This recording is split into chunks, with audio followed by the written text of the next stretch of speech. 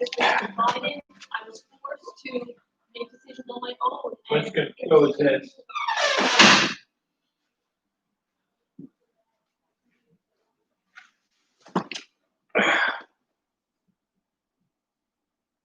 Uh-oh, what can I see myself? Hello, there we are. Hi, how's it going? Sorry I had to do all that. I don't know, YouTube was being strange. So I'm just glad everybody's going to be here. Hey, Kayla, how are you? Love from Colorado. Well, that's awesome. I love Colorado. Justin, what's going on, buddy? My folks are from Colorado. So I love me some Colorado.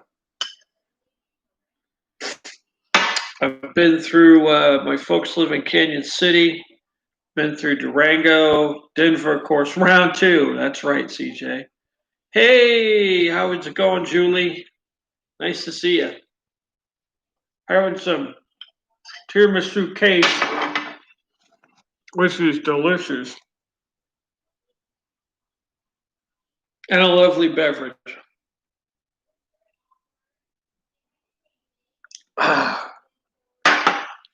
Hey, Dana, how are you? That's okay, Dana, no problem. Hey, Nessie, what's up?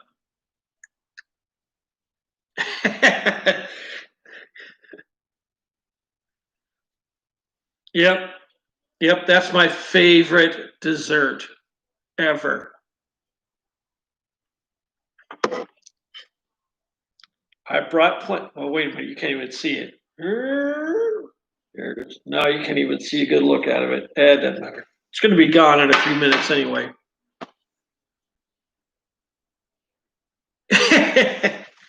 Everybody, I didn't buy that big of a cake. I wish it was a sheet cake, but it was more like this.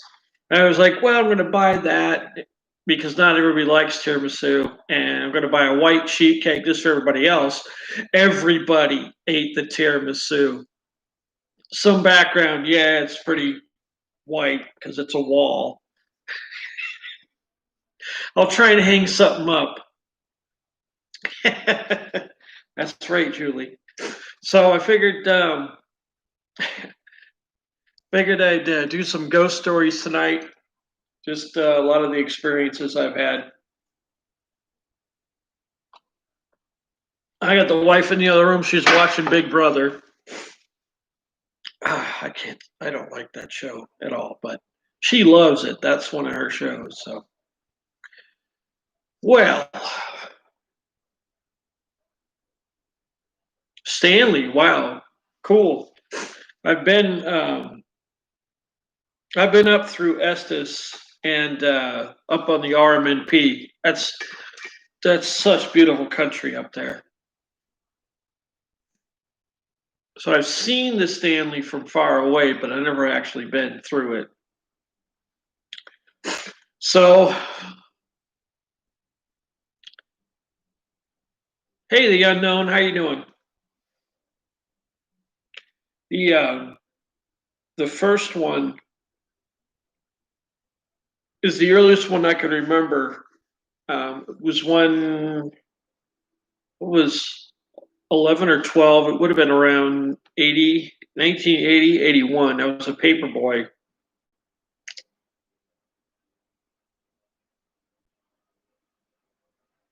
Wow, Mint Prince. That's cool.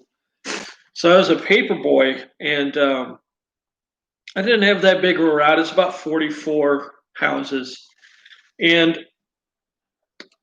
getting my papers, getting them bundled up, ready to go. Raw, how are you, my friend? Good to see you. Getting them bundled up, so I get going on the route. No problem, Justin. And I'm walking up the hill,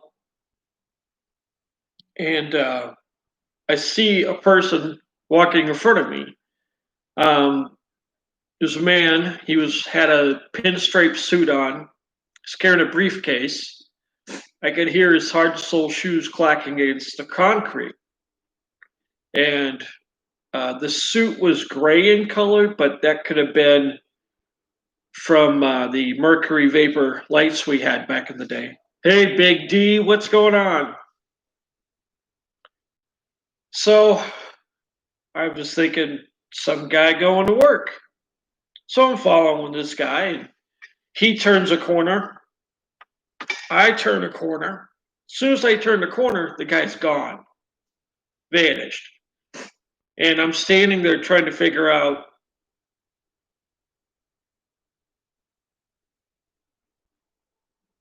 where this guy went to, but I couldn't figure it out. And the strange thing is, every time I was on that corner, I had things thrown at me, little pebbles, sticks. I could just hear them go whizzing past my head, and I always get hit with drops of water out of nowhere. So I don't know what the heck that was about. So the next one, we skip ahead to about 93. I was married to my first wife. We were living in a small apartment. And I was sleeping in the bed because I had to work in the morning, and she had watching a movie, so she fell asleep on the sofa. So I woke up to her screaming, and it wasn't playing around screaming. It was, "I'm in trouble. Come help me right now." So I threw the covers off, got up, ran out the hallway, turned to my right, and I'm standing there and I'm looking at a pillar of light. There was no, there's no way really to describe it. There were no discernible features. It was just light. It was 6 foot tall. It was changing colors, and it was just light. So I'm standing there looking at this thing, and a beam of light comes out from it, hits me right in the face. And this thing had weight to it. It was like I got punched. So the beam of light comes out, hits me in the face, and I wake up. Just bolt straight up in bed. And I take the covers off and I walk down the hallway. And the wife is, oh, my phone's going off. My wife is sleeping peacefully. Oh, it's my own notification.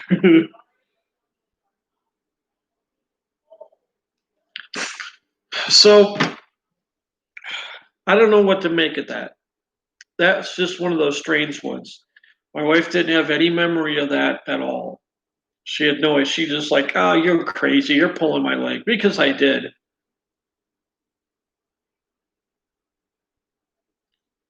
Wow, CJ. Only two? You got to bump those numbers up. Those are Ricky numbers.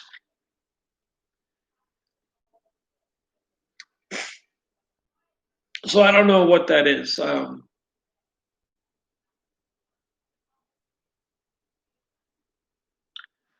I just don't know what to make of that. I mean, suppose I could do regressive hypnotherapy, but again, what would you? Is there anything to be made of that? I don't know. Let me have some more of this delicious cake. Oh my god! So for the next one,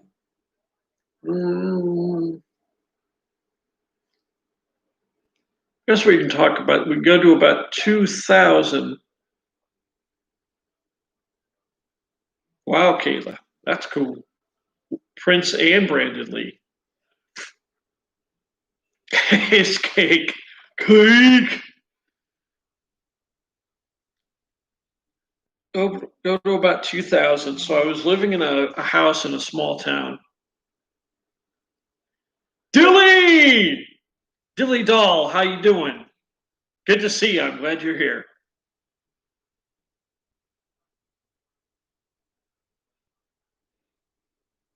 Yeah, me too, D.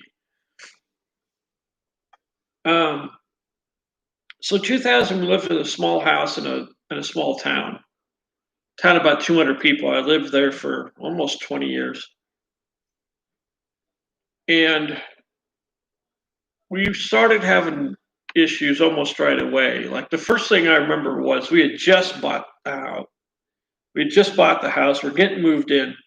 And I'm standing outside with my second wife, and we're figuring out where to put a garden. We're like, yeah, I think we'll put a garden in the backyard. That seems like a good spot. So I go in and get some lemonades. Iowa, CJ. Small town in Iowa. I go in to make a couple of lemonades, and I come back out, and she's like, "Oh, I bet you think you're pretty funny, don't you?" I was like, "What are you talking about?" And she goes, "You just poked me with a stick right in the butt." I was like, "I was inside making lemonade the whole time. What are you talking about?" And she's like, "You didn't do that?" I was like, "No, I didn't do that, but let me go get a flashlight and see if there's anybody out here." Couldn't find anybody, of course. And she had the most problems with that place. It wasn't really, I miss you too, D, or Dill. Um, I never really had any experiences. She had most of the experiences. And it started out with she would wake up and say, I'm having dreams of my grandfather standing at the threshold to the door, and there are people behind him, and they're not happy. They're all yelling at me. I was like, well, what the hell does that mean? And those dreams started turning into night terrors where she would wake up in the middle of the night screaming. And she was screaming, there are people coming up through the floor. Can't you see them? And I would stand out in the middle of the room going, there's nobody here. We had, hi, what are you doing? Having a smoke? Yeah. That's cool. So, there were a couple other things. There was a time when we were just laying in bed listening to the Thunder Boomers, and we heard someone sneeze in the hallway. It may be CJ. And I was like, she says, well, what was that? And I was like, that's one of the kids. And she looked at me and she goes, the kids are in Texas. I was like, oh, I guess I should go check that out, huh? So check it out. Of course, there's nothing there. So that's weird. But the night terror things that went on for a little while. That was really troubling. So we moved out of there. Oh, angry cops. I'll get back to you later. When's the next one? I think we have to move up to 2008. So 2008,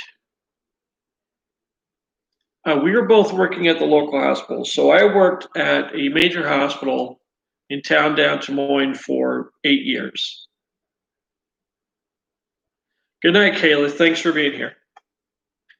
And so I worked in the surgery department, and my wife worked in food and nutrition. So we had pretty close schedules. I got out about a half hour before she did. And we had a friend of hers that passed away unexpectedly. We went to his funeral and everything. He got buried in Des Moines. And so I would get done, I'd grab the car, go wait up by the exit I knew she was going to come out of. So that was the Yonkers exit. So Yonkers is a wing of one of the hospital areas. And I'm sitting there waiting for her, and this guy's name is Gary, and I see Gary walking out of Yonkers, walking down the hill. And I recognized him right away because he had his white chef's coat on, had his glasses, looked just like him.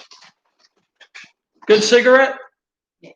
That's good. You're talking about Gary. Yeah. And so I look at this guy walking down the hill, and he looks over at me, and there was no question about it. It was definitely Gary. And he walks on down the hill, and I was like, there goes Gary. So my wife gets in the car, and I say, hey, I just saw Gary. And she's like, what? I said, yeah, I just saw Gary. She goes, what do you mean? I said, I just saw Gary come out of Yonkers 10 minutes ago and walk down the hill. And then she says, how do he look? And I said, he looked okay. So I think that was his message to the both of us.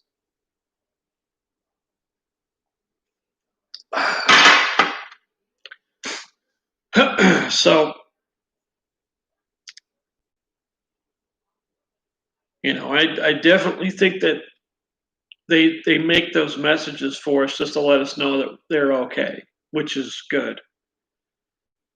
Oh, we go to the next one. What's the next one?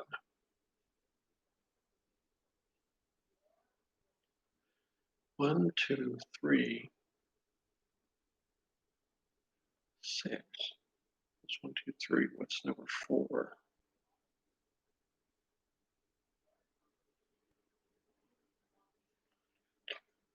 Gary.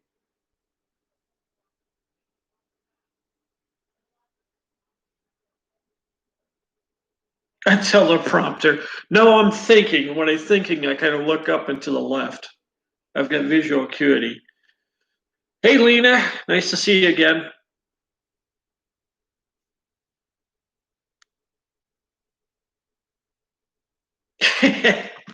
I don't want to smash it too hard because it's glass and it's got a bad leg.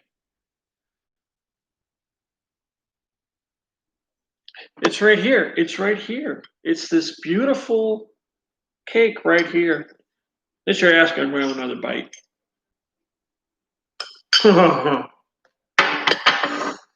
Mm.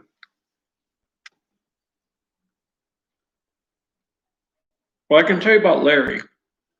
Larry was a guy I knew in high school. And was it 2 years ago? Yeah, it was 2018. He died unexpectedly. And I didn't make it to his funeral, but he had a gathering with friends.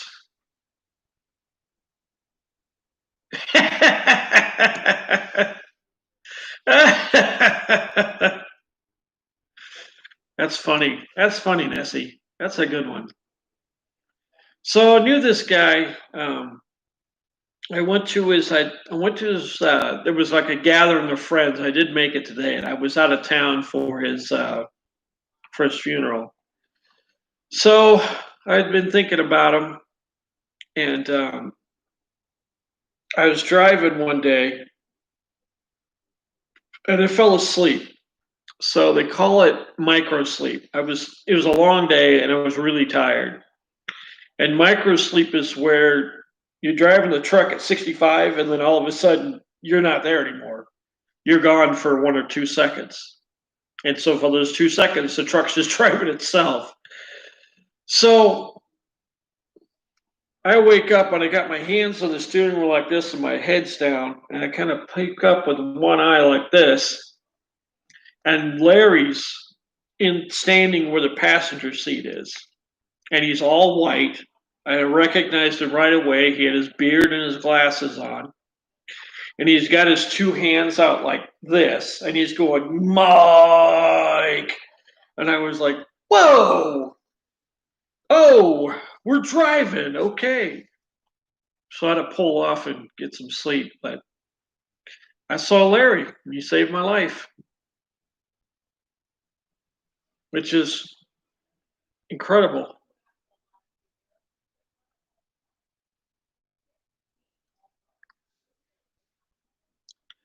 That's right, Julie. He definitely did.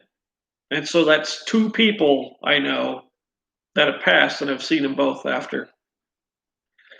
Which, I don't know, make of that what you will.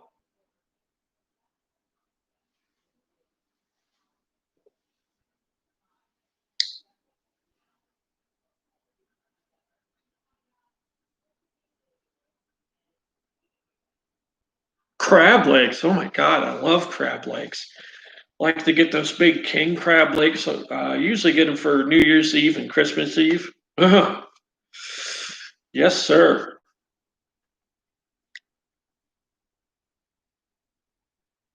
Let's see. I know I've got some more about that. So that one, the being of light, Gary, Larry. I know there's at least another one. I've had some other things happen. Well, like when we had the Dio Coloma, which was awesome. That was so much fun. I can't wait to do it again next year. Hopefully, I can get a better thermal, but we'll see how that goes.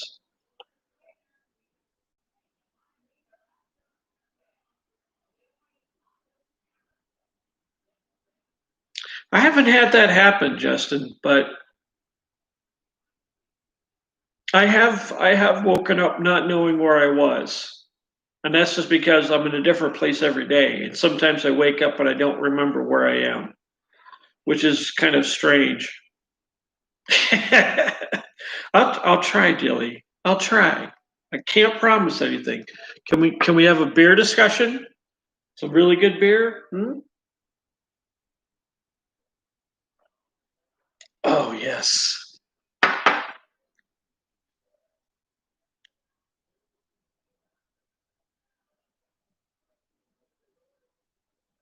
Wow, Nessie. That's really cool.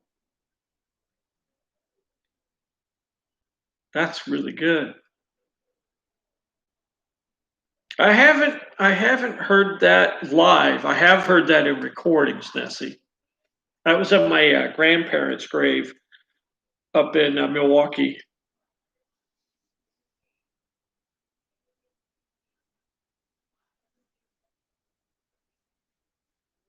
God, where the hell was I going? Well, but I've heard my name called twice. Once at the hospital, and that's because I was pulling a night shift because they needed help on overnight. So overnights, what you do is you're getting cases ready for the next day. So they build case carts, which has all the instrumentation, all the single use items, everything that they need for the case. And so what you do is you check those over so they have everything, and then you make sure any special instrumentation, any special sets that the all the cases have them, and then you start setting up all the turnarounds because we only have so much.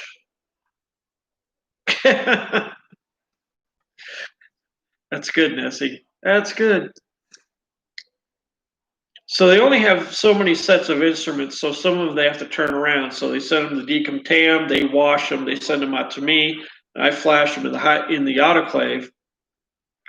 And that process takes about 45 minutes. So I was told by some of the people there that it's like you're going to hear your name called, and I was like, "What are you talking about?" I was like, "You're just going to be working away, and you're going to hear your name called." And I was like, "Okay." So I was working away, and I heard it from the other side. So the place I worked in, the upstairs part was called the core. So there's two halves. There was North Core and South Core. So I was on South Core, and I heard from North Core somebody yell out, "Mike!"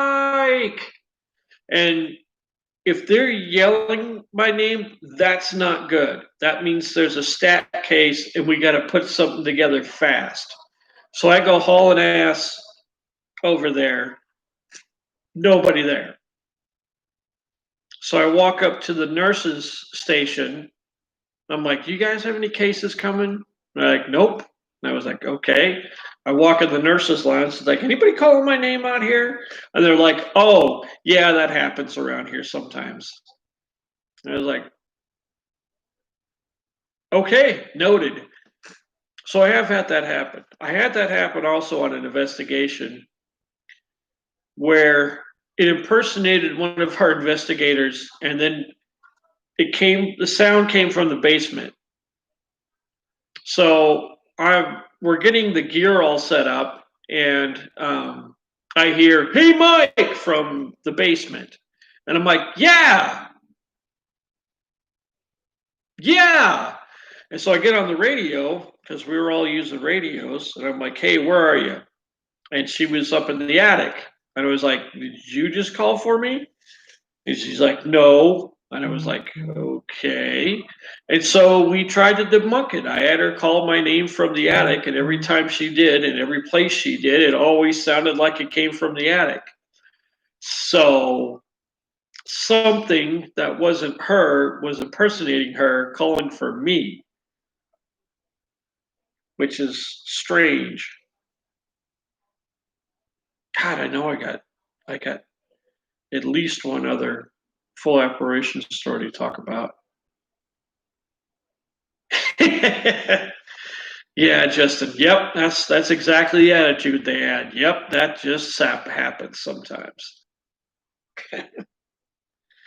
Oh, Jesus.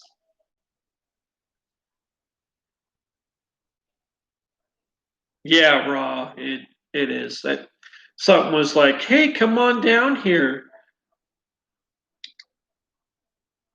So yeah, and it tried to fake me out using somebody else's voice, which I don't know how they have the ability to do that. That's just bizarre. I will tell you, we do have. I got a couple of stories about EVPs. EVPs on the when I was on this team was our bread and butter because that's just what we got all the time. And that's because we recorded everything. Any interaction with the client, we always had a recorder going. Every time we were doing an investigation, we always had several recorders going because you just never know. And so, one of the longest EVPs we ever had, and like for me, it's a really sad story. But we were at it was a condominium, and we're having this is a walkthrough. Um, so walkthrough is before the investigation. It's kind of to determine if an investigation is warranted or not. And so, even though you're doing a walkthrough, you always have a recorder running. So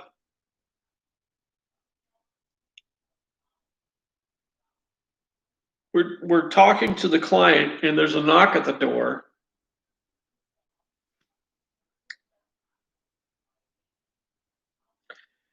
and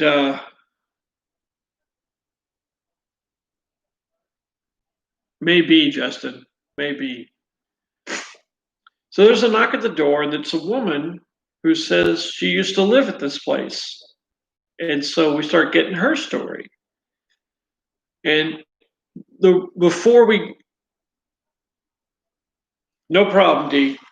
So beforehand, there was a rumor that someone had been murdered in this place. And so this woman that knocked at the door said, "Yeah, it was my dad that was murdered here." And while we're talking to this woman, there's an EVP that comes through, and it's two females and a male. The first female says, "It's your birthday." The male says, "Your birthday." And the second female says, "16th birthday."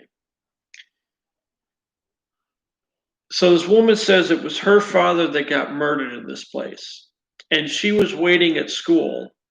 And the reason she was waiting at school is because he was going to pick her up so they could go out on her 16th birthday.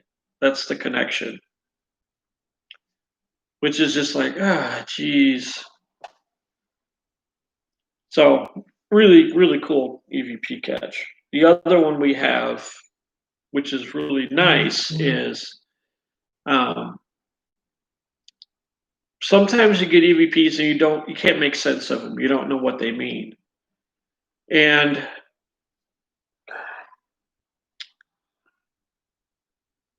so we got this EVP at this house, and it said,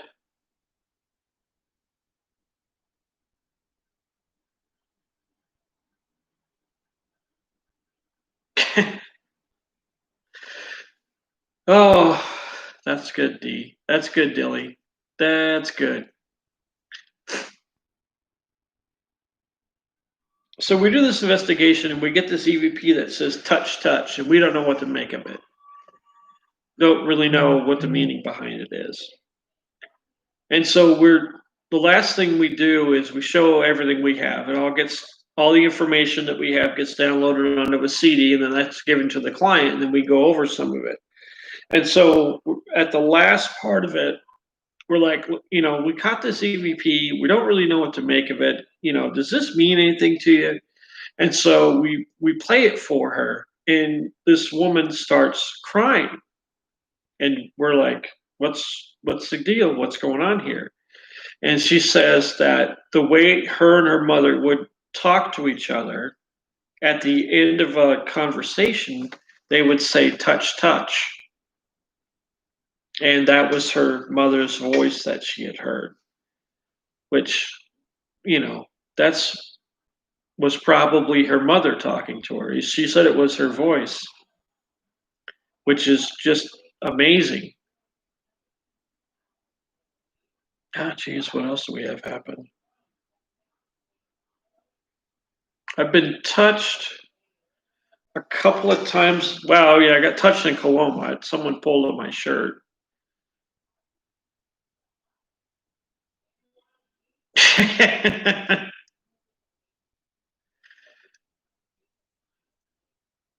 Yeah, right, Justin. That's right. Except for the I'll remember the bowl. That was really cool because we were talking about that water bowl, and that voice comes in. I'll remember the bowl. Like, okay, cool. Yeah, Nessie. Busted cherry. Jesus.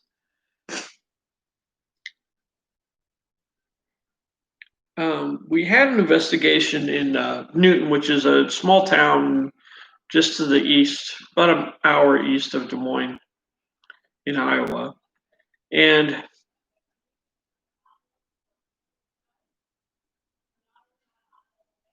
they had a boy that was autistic, and the boy was saying, "There's a monster that lives in the tree outside my window, and he's talking to me and telling me things,"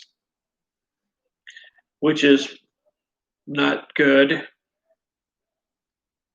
And like the monster, this thing was telling him that there were bricks buried next to the tree, and so they dig under a tree. Like, oh yeah, sure there is. We're gonna go dig and find out and get this settled.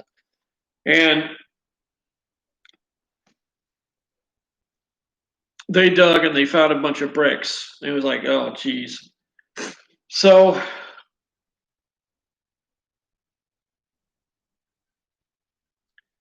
we're doing this investigation, and the one thing that I really remember was our archivist. Her name was Joe. She was watching the monitors of the cameras, and so she had to go use the restroom, which was upstairs because that's the one we had access to. She comes back and she's like, I got this weird feeling up there. And I was like, well, let's go check it out. So we go up there, and in one of the bedrooms, it was just heavy, really heavy and oppressive. And it's like, wow, this is intense. So we're both standing here talking about it, and we're both feeling it. And then I realized this is the kids' room. Great. You know, me and this other person having to deal with it was one thing, but having a child have to deal with that's not good. And we're just talking about it, and it goes away just like that. Hey, Oracle, how you doing, Cassie? Thanks for coming.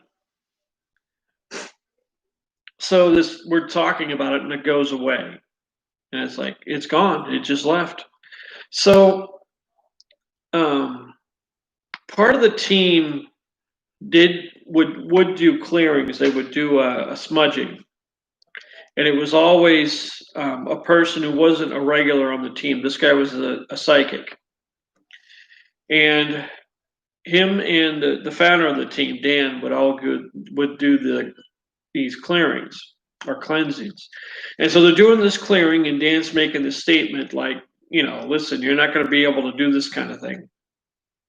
And we get an EVP of a female saying, I won't leave. It was the opinion of the team, and I think so too, that this person, whoever this was, wasn't the problem. That this person was someone there to protect, that she was the last line of defense, and that's why she's not going anywhere.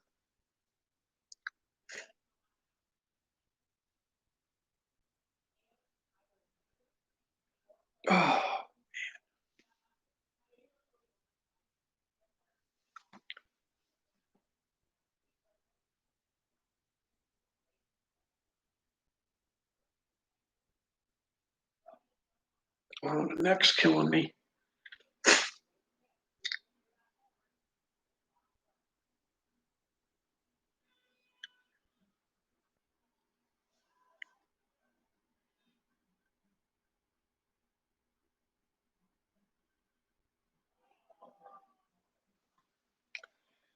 Everybody get to know everybody. I didn't eat all of it. I got a little left. Here, let me. Mm, mm.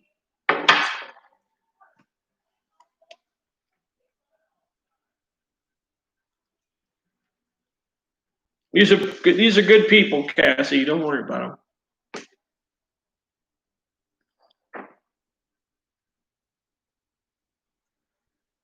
So let me see what else we got. Cake.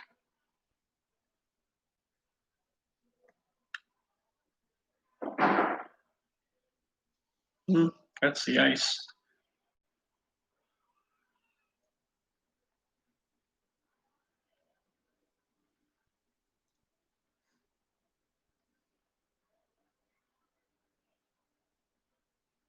We did have one that turned out to be nothing, which was kind of strange. So the way this unfolds is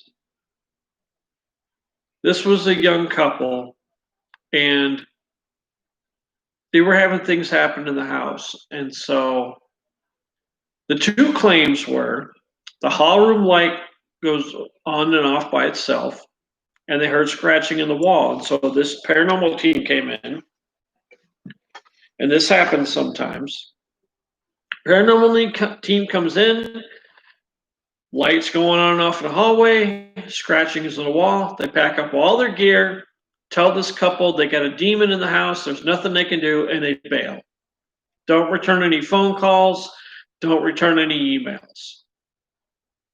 If you're in a team, don't ever do that. That's not okay. So we come in, hall light goes on and off by itself. So we pull the light switch off, and the light switch is toast, and the wiring is really old. It needs replaced. So you need to call an electrician. You got an electric problem here. There's nothing paranormal. Then we heard scratching in the wall. So I go outside and I'm looking for a hole on that wall. And I look up and there's a 2-foot hole in their soffit.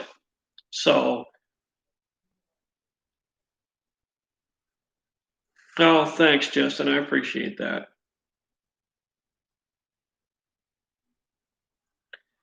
So there's a 2-foot hole in the soffit. So that's an animal.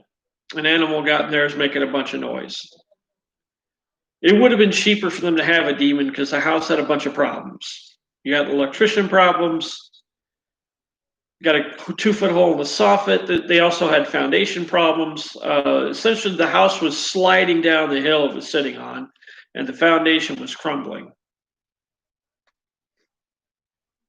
So they had to call some people to get some repairs done, or at least our landlord did. It was just kind of a bad situation for him, but nothing paranormal really was happening. The best investigation, the most active investigation I ever been on, was an old middle school up in northeastern Iowa.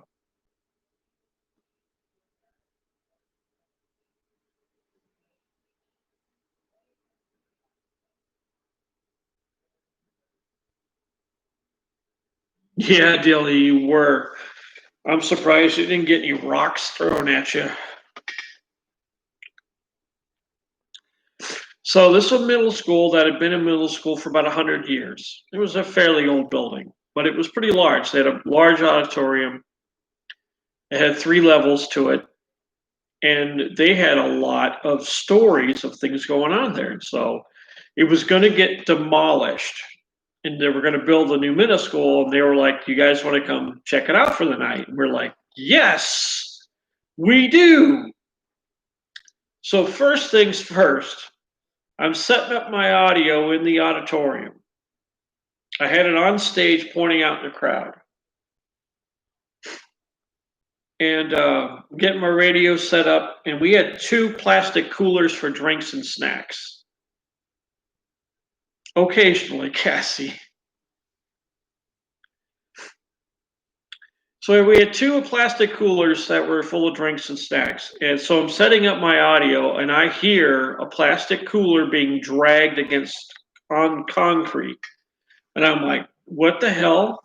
And I'm looking at these 2 coolers, and nothing is moving, but I'm hearing stuff moving. And so I call up the radio if anybody was moving anything upstairs, and nobody was. I was like, okay, we'll note it in the log. So we set up shop up in the teacher's lounge, and we got everything, all the cameras are getting hooked up, everything's put together, and we're having our meeting on where we're all going to go and what we're going to do and how we're going to do things. And right in the middle of that, Dan, who was the team leader, of course, kind of stopped, and he stood outside of that room, a floor below us. That's okay, Nessie. Thank you for coming. Have a good night. So he said, "There's sounds like someone's moving heavy furniture below us." And I said, "Well, let's make sure we're the only people in here." So I grabbed another investigator, and we started walking the hallways, looking in the rooms.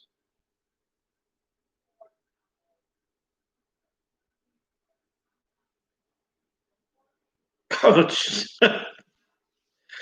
oh, Dilly. So we're walking the hallways, and we're like, "Come on out! Look, we heard you guys. Just you're not supposed to be in here. You know it. Just come on out. Come on. I don't want to catch you in here during the investigation. You'll never see the outside again. Come on, just come on out." Couldn't find anybody.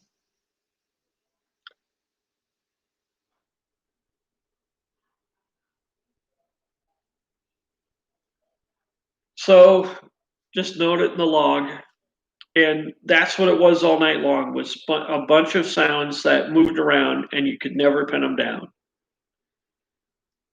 We followed the sound from the top of the auditorium. The auditorium had 2 levels to it.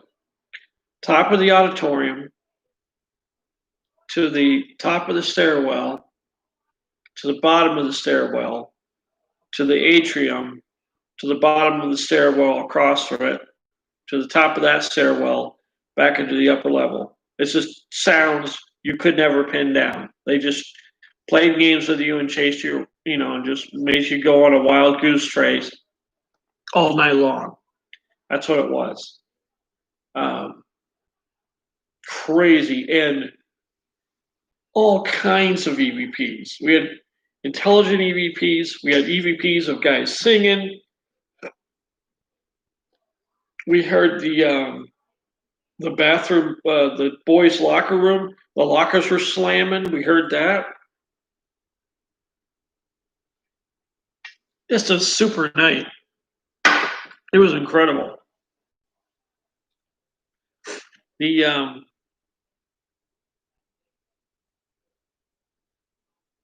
Thank you, Cassie. The other one I have, the most active private investigation, because that's most of what we did. Cheers, Dilly. Most of what we did was private investigation, private homes. So the most active private investigation was a house on the east side of Des Moines. And this was a young couple. They had a couple of dogs. And we had a lot of noises. We had EVPs going off, or not EVPs, EMF detectors going off on command. We had one set up.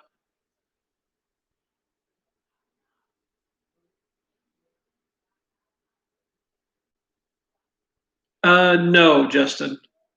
There were no marks. It was just noises that were followed that would lead you all around, and you could never pin them down. So we go to this house, and really good EVPs. I've shared one of those full spectrum pictures where the bright light is in the corner. That was at that place, which is pretty weird. So they had quite a few things going on there. So about a couple of months after that, they called.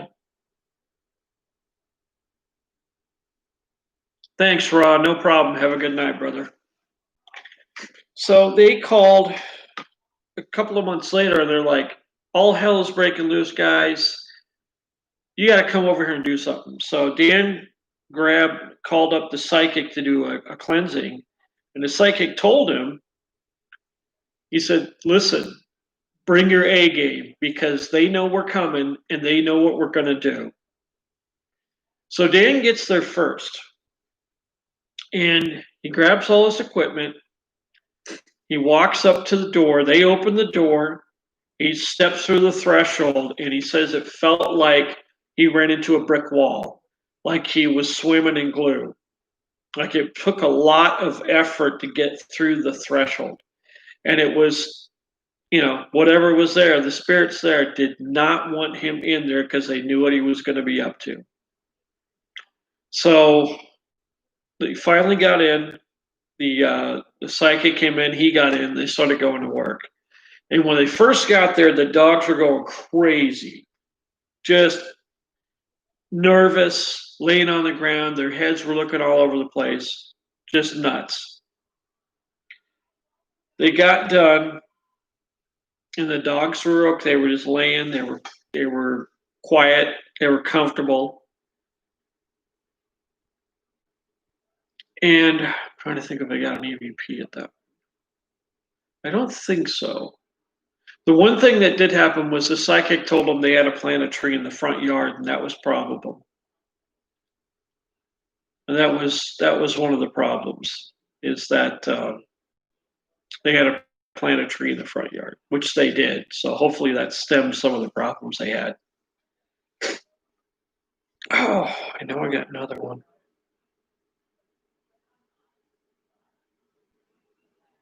Yeah, that one. Being of Light. Gary, Larry. There's one more. What's the other one?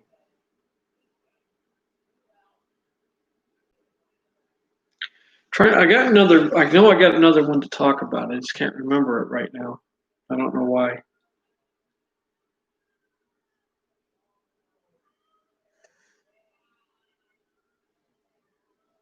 Oh man. Hey Shimmer, how you doing? Thanks for coming.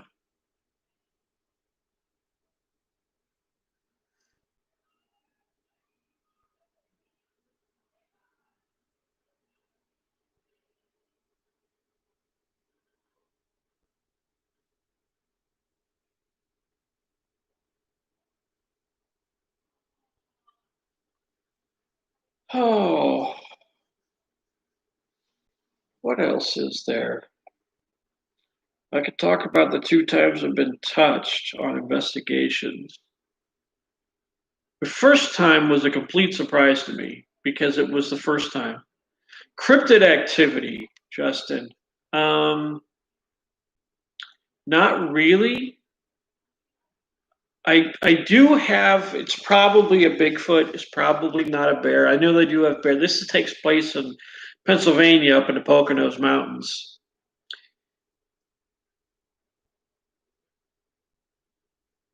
Oh, cool, Simmer. So I got lost and I got on this small 2-lane highway up in the Poconos.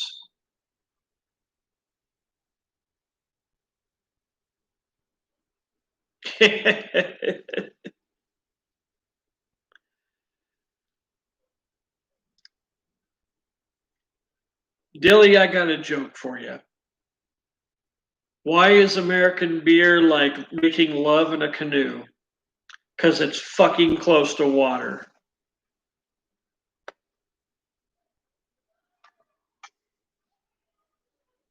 Speaking of, cheers.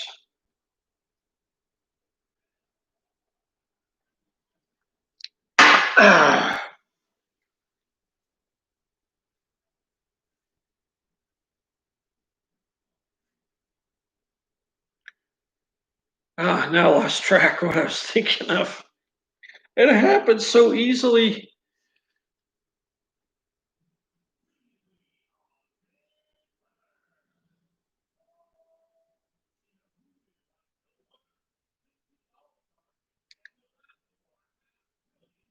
The hell was I talking about? Oh, getting touched. So a lot of investigators get kind of jazzed on their, for their first paranormal experience. And I always try and caution them. I always try and caution them because, a lot of people are like, oh, I can't wait for my first paranormal experience. And I'm like, be careful what you wish for, man.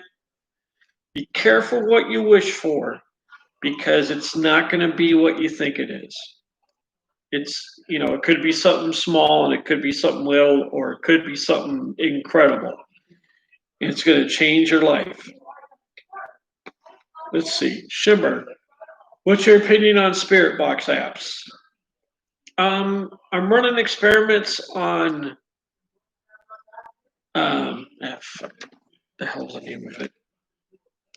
It's late in the day and I'm running out of brain power. Necrophonic. I'm working on Necrophonic right now. It's interesting. Um, I don't trust spirit boxes that use commercial radio waves. I think there's a lot of potential for false positives. And I think that if they had a way that you could manually scan through each frequency and make sure that you don't have a station on there, that would be better. But right now they really don't. And I watch a lot of different shows and watch a lot of different people on YouTube. And there are some people that you can tell it's a radio station coming through and they'll just pretend, they'll say, oh, that was a spirit. And I was like, well, let's be careful with that, huh? Because I guess that brings up another point. One of the things that is lacking in this community is some kind of peer review system. I think that's something that could benefit this community immensely. The Ovilus, I'm not entirely sure how that works. It's probably similar to the Necrophonic, and it's something that I would have to test out to see if it's any different than the regulars. I know it's kind of the same concept where it's a system of words that are strung or partial words that are strung together. So it's something I'd have to get hands on and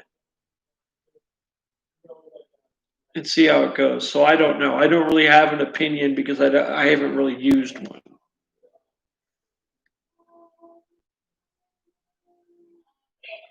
Yeah, you're right, Justin. That would benefit the crypto community and the UFO community. Absolutely.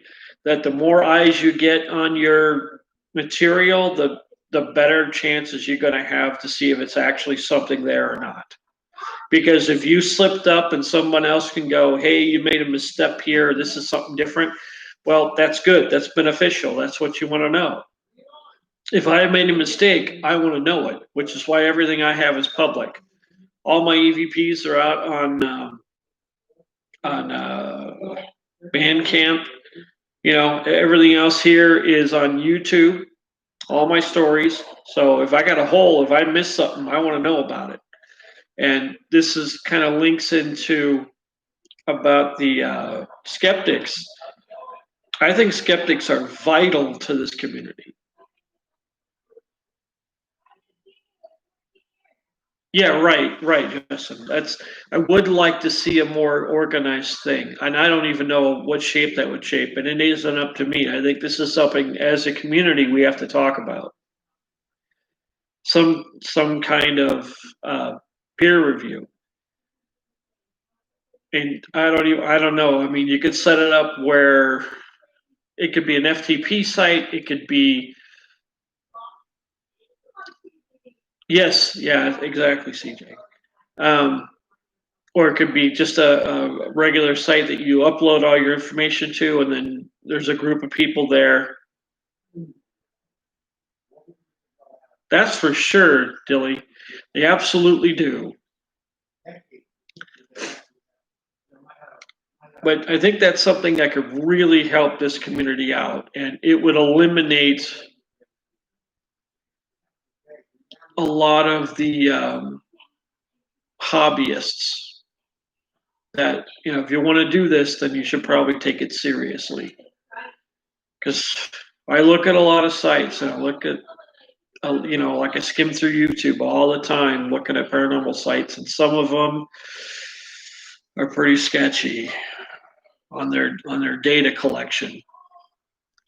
So be careful. And the other problem I also see is people, as soon as they get something on tape, wanting to sell it. And I understand you got to be able to make a buck. I get that. But I don't like the idea of you capture a full body entity and you just want to put it on a DVD and sell it for $20.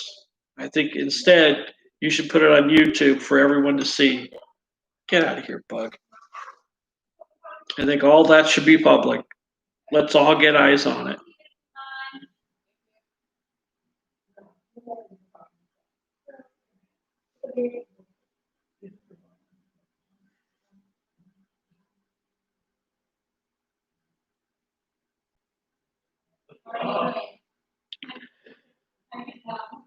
I think also another problem that I see, and I think this is really important, is a lot of people tend to treat the spirits as this one-dimensional thing, and this happens a lot of pay sites. But I've seen some teams do this too. So you go to a pay site and they're like, "Well, we've got this one spirit, Frank, and he's really friendly, and this other spirit, and he's not so friendly. He doesn't like women." And it's like there's only this one dimensional, like they can only ever be in these modes, and I don't buy it. And the reason I don't buy it is because human beings aren't like that. If human beings aren't like that, and these are going to be human spirits most of the time, why would they be like that? I don't think they are.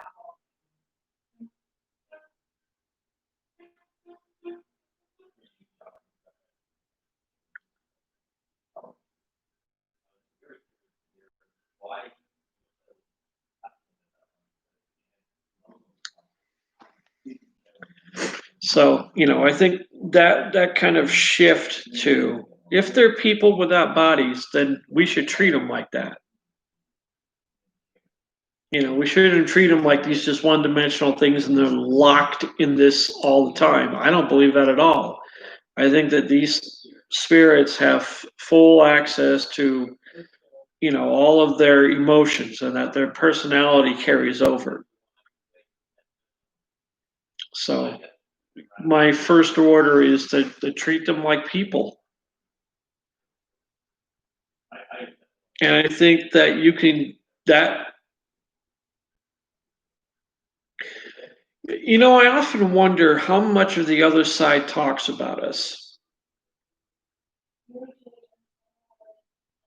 Because I'm sure that they pass messages back and forth, and what do they say about us?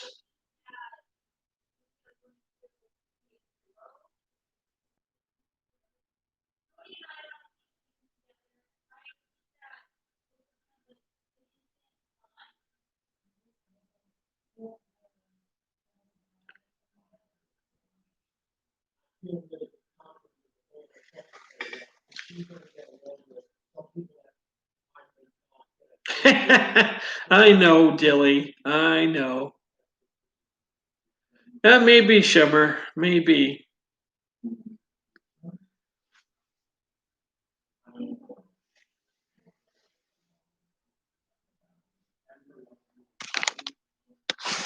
There you can kind of see my couch now. Little change in the scenery.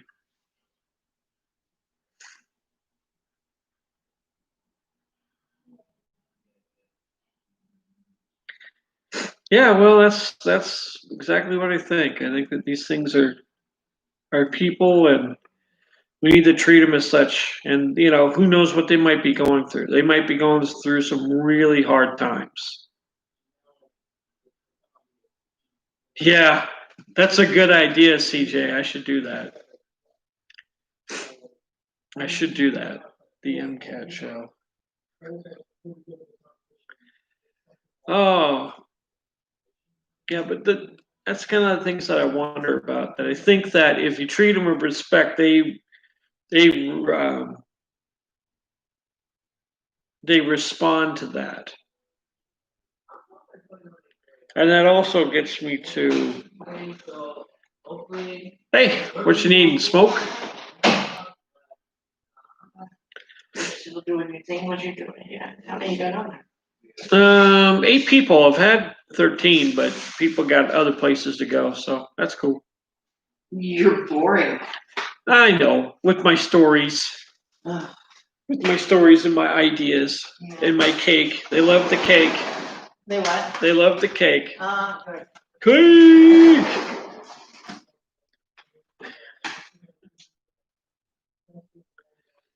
That's right. Exactly, CJ. Um,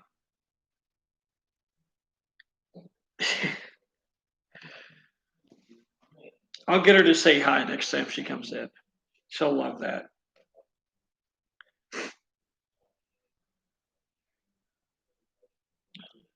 The way I've always been looking at this is, come on, Leah. That's my cat. Come on, Leah. Come here. Everyone wants to see you. Come here. Come on. Come on. Oh, yeah, you're thinking about it. Okay. Come on, Leah. Come on. Hey, unknown. Glad you're still here. We've got this old idea in this field about residual versus intelligent, and I don't buy it at all. And the reason I don't buy it is because we don't label human activity in that same way. If there was a person walking down the street engrossed in a phone call, and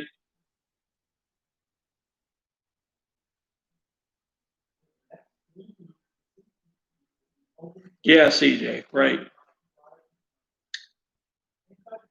But if a person passed you down the street and didn't pay any attention to you, we wouldn't label that residual. So I think it's all intelligent. Just because a spirit doesn't interact with you doesn't necessarily mean that it can't.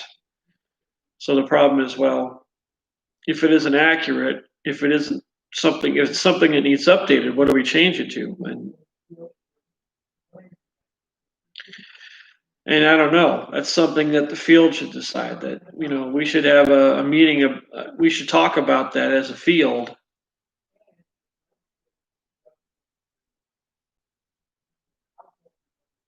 My cat would run around outside and just be crazy. Dia, what are you doing, you silly? Oh, don't even feign that you're hungry. You've been fed twice. Don't even. Let me see if I can get her. Come here, Leah. Come on. Come on. Come on. Come on. Come on. Oh, I know. What do you got on you? Something stuck to you. It's in your fur.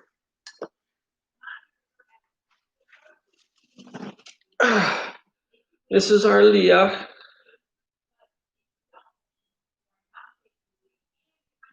Say hi to everybody, Leah.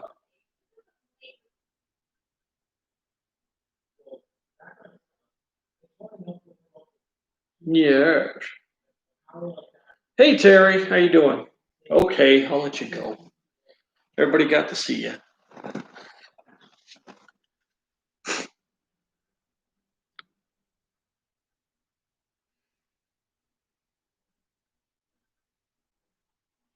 Good.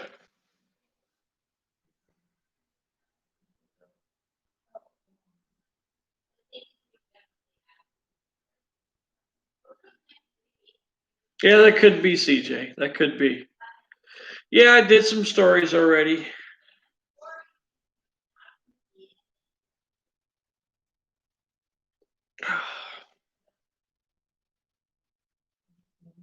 One of the other thing is labels. As human beings, we seem to have a label everything, and one of the reasons we do that is because it. That's okay, Terry. It's no problem. You can always catch the replay. One of the things the label does is it kind of boils down whatever that thing is to just the gist of what it is.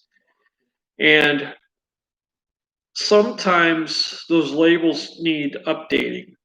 And so things like demon or poltergeist, demon gets way overused, and we can thank pop culture and Hollywood for that. They've really done a disservice to this field.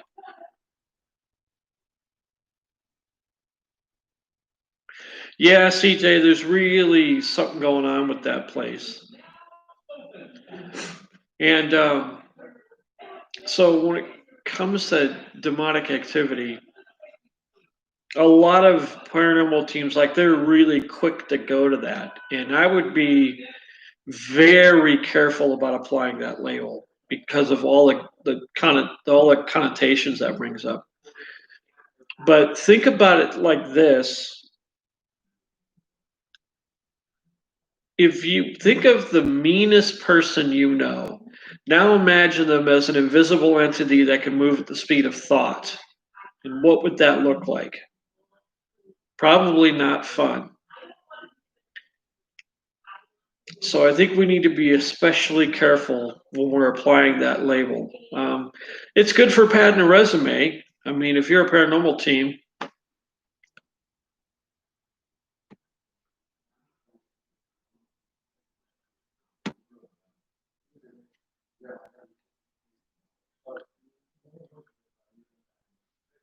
whoa, hello.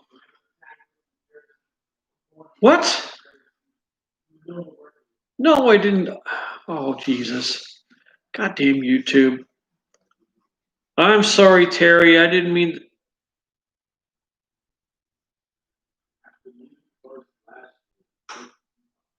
That's right, CJ. It isn't just black and white. There's a lot of gray in the middle there. So I think we need to be really careful about applying these labels. Another one is poltergeist. I know poltergeist is thought of as its own thing, but I think it's just a person. If you're a person in a particular space and you're trying to get someone's attention and you're just being ignored and ignored and ignored and ignored and ignored for years, you're going to lash out. And that's probably why poltergeist activity is short duration, because you can't keep expending that amount of energy for that kind of duration. Let's check my phone.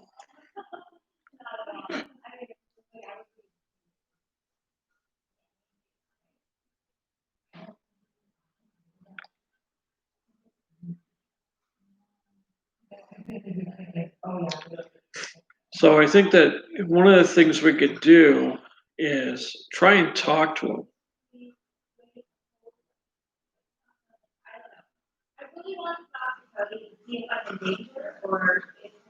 Maybe CJ, that could be. I've heard about that too. I've heard about the teenagers, especially women, but I'm not sure. I always view of it as from the people and that as being a person.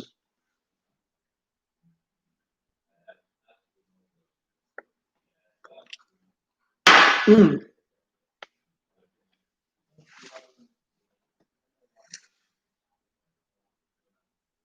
Well, it's some kind of energy, that's for sure.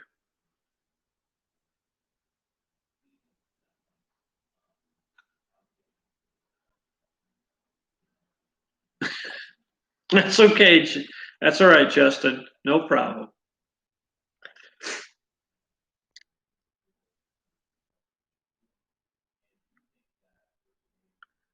What are you looking for, Leah? You hunting around? Gonna catch a mouse? She's a good mouser. She does when she go outside. She usually brings something back. Dead, of course.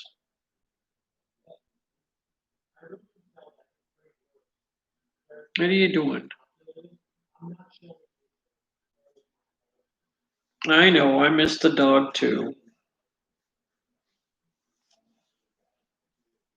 We lost our dog on Father's Day this year. My beloved Labradoodle, and the cat's just not the same.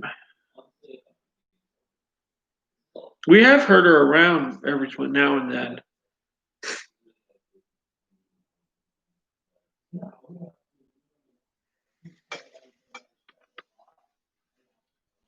Thanks, thanks, Chris. It was tough. She was 14 years old. She'd been around for a while,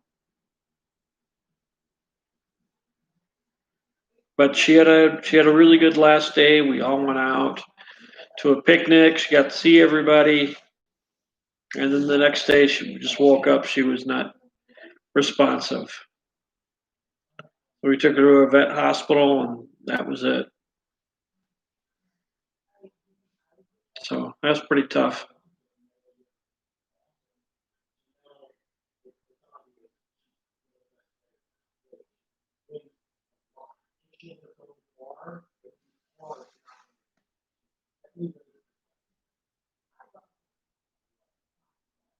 Wow.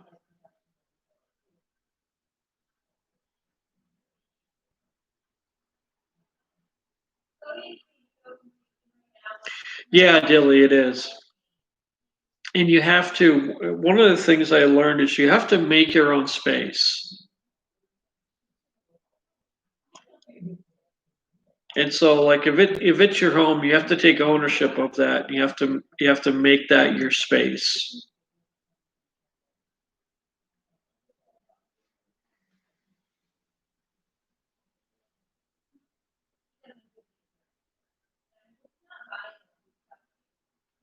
Yeah, Dilly, that's one of the reasons why.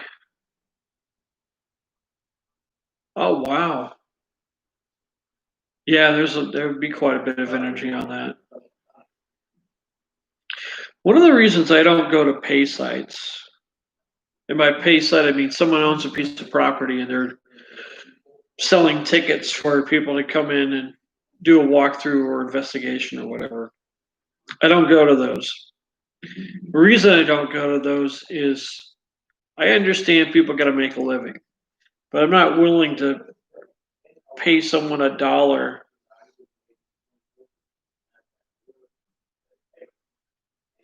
I'm sorry, Terry. It had that comment. I was going to release it, and then it was like, "Oh, Terry is gone for 300 seconds." I'm sorry. I don't know what happened. It's okay. It's fine. It's all right, Terry. I cuss all the time too. It's fine.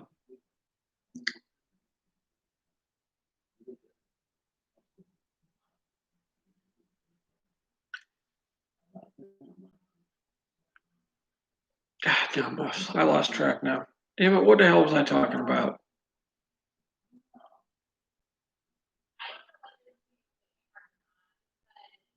That's weird. That's weird, Terry.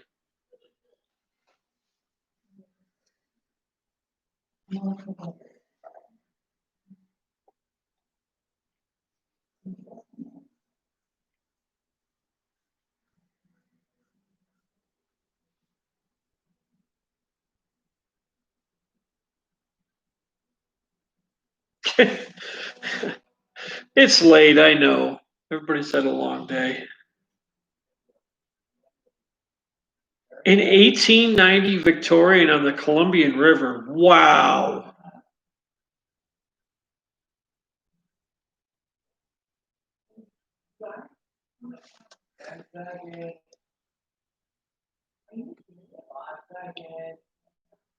Yeah, see, that worked. That's right, Dilly. No fucking cussing. I don't want to hear another one.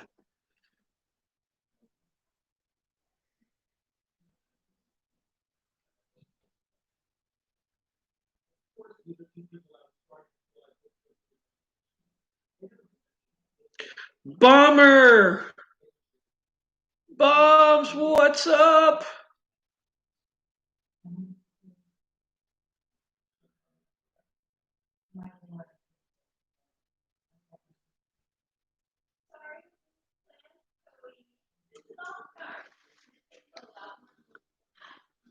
Holy smokes, bombs made it in.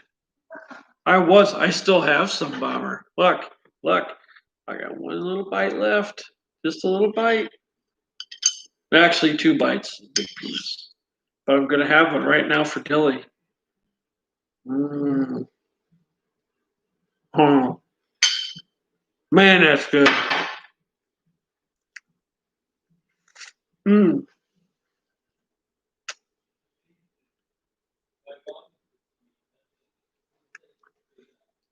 Gotta wash that down.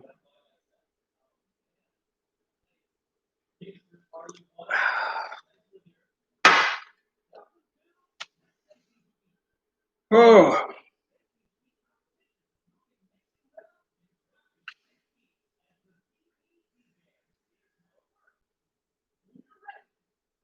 No problem, Bomber. No problem at all.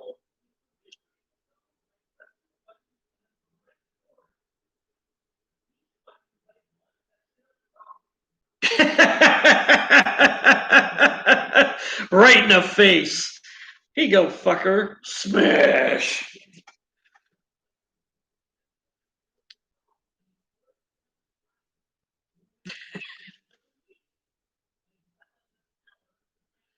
No, unknown, they're not.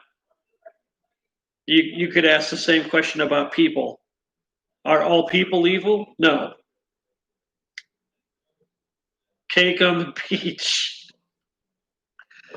Slam it. I'm not good at that, Dilly. I like to take my time and taste my beer, you know.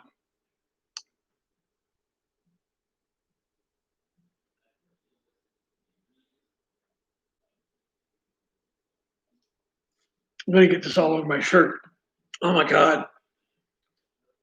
This is good flavorful beer. Why would you want me to waste it like that?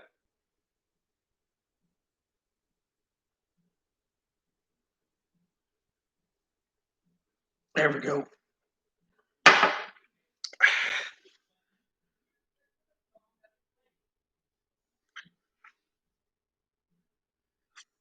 Yeah, well, those are the ones that have the good stories to them. Like the real cathartic, the really nice ones, you don't hear too much out of.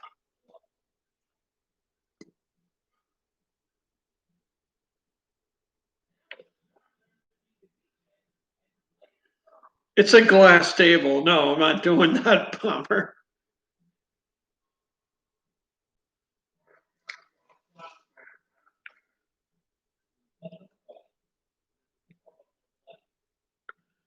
Hmm. Alcohol abuse. Don't abuse the alcohol. No spilling.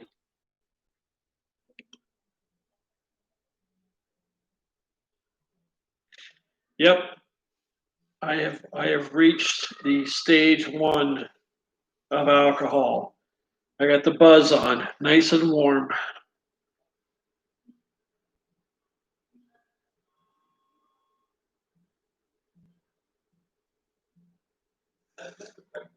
No, I don't think anyone is, Bomber.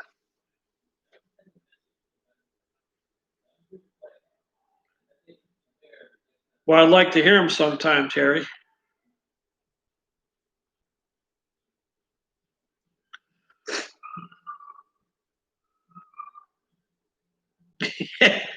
Yes, we were.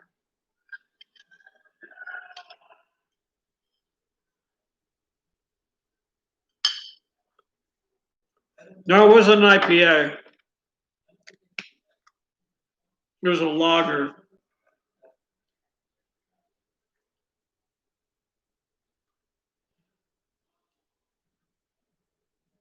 Dark beers.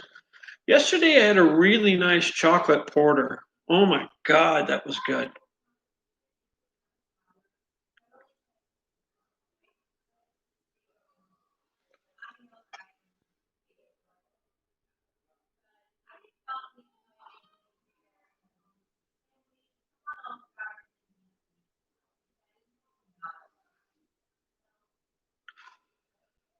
Oh.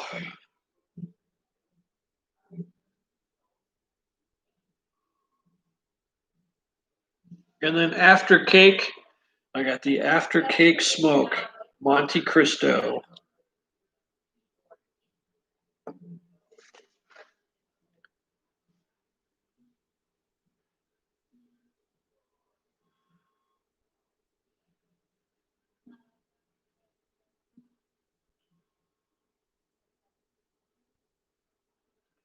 Yeah, Chris, I've had those as well.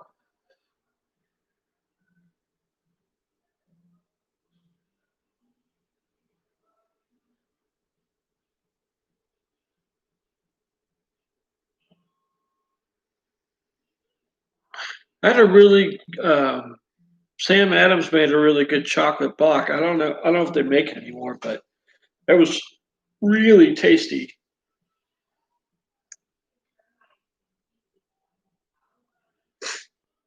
Oh man.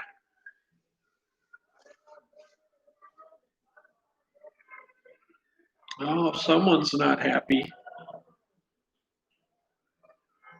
I hear a crying baby. Got to smoke after the cake on a beach. I live in Iowa. There aren't any beaches there.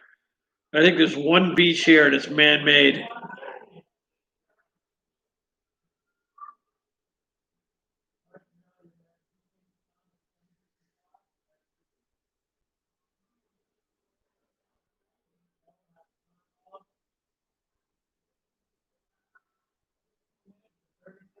No, I'm not on MeWe. You know, I was on there for a while and just got bored.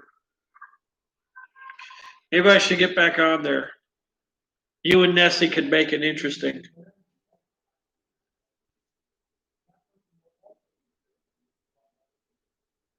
Double chocolate stout. Wow.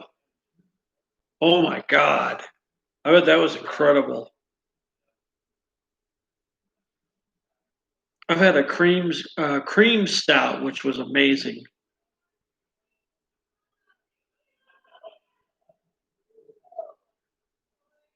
No, Dilly, I can't. I don't smoke that. I can't. I'm subject to a piss test, so can't exactly do that and be a truck driver.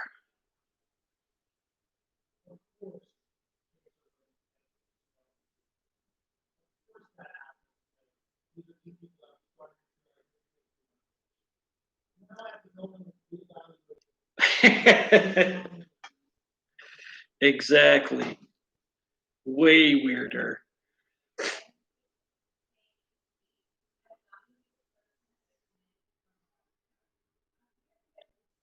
Lewis, what's going on, brother? How are you? Glad to have you here. Well, it's kind of a surprise. I actually had it set up for 10:10, and then I couldn't start it, so I had to start another one because YouTube was being weird. But here we are, almost an hour and a half, telling stories and having fun.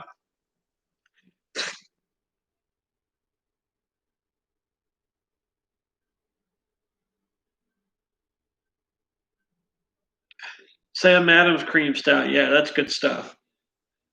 Yep, good stuff. The cherry wheat is good. The Boston Lager is good. The Oktoberfest is really good. I had a 6 pack of it, but most of it's gone.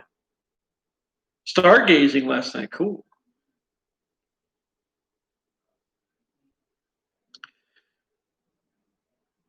Cool, Lewis.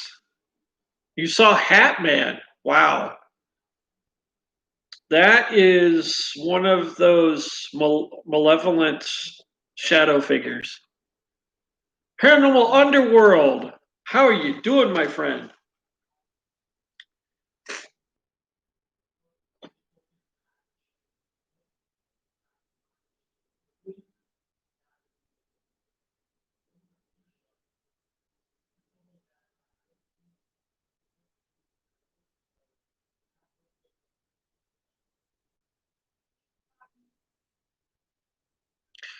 The weirdest thing I've ever encountered, Bomber, would have to be the being of light, because I don't have any idea what that would have been.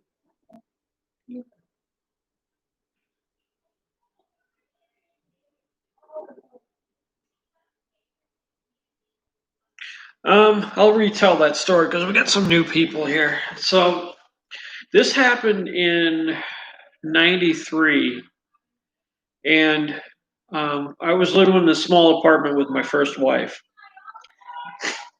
and so I was sleeping in bed. Oh, Lewis, that's weird. The glowing red eyes are the worst. So I wasn't sleeping in bed because I had to work the next day in the morning, and my wife was sleeping on the couch because she was watching a movie and she fell asleep. I'll get to it, Bomber. So I woke up and I woke up to my wife screaming, and it was, "Come help me right now," screaming. So I threw the covers off. I ran down the hallway and I turned to my right and I see light. It's just brilliant white light. There's no discernible features. It was a 6 foot tall beam of light. And it was just standing there at the edge of the sofa, changing colors. It had different colors in it. And I'm looking at this thing, and a beam of light comes out, hits me right in the face. And this beam had weight to it. It felt like getting punched. Soon as that thing hit me in the face, I woke up. I bolted straight right up in bed, took the covers off, walked down the hallway. My wife was sleeping on the couch, and she doesn't remember anything. I was like,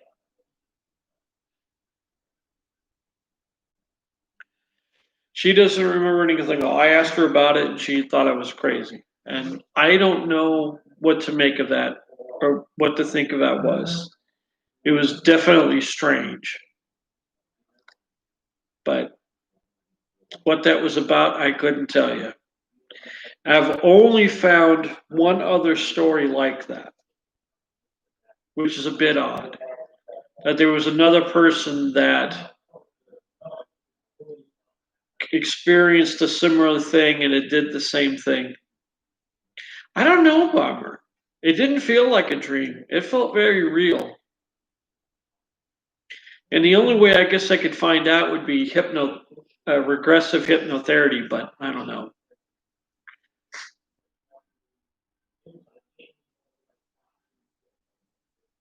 Maybe, Terry.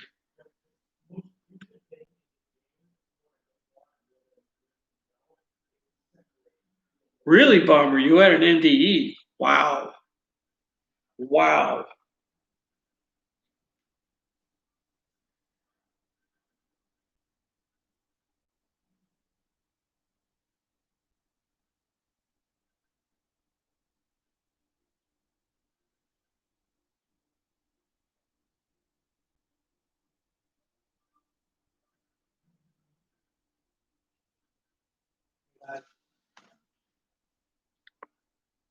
Wow, bummer. Yeah, we should talk. We should talk about that sometime. Maybe there'll be an insight there.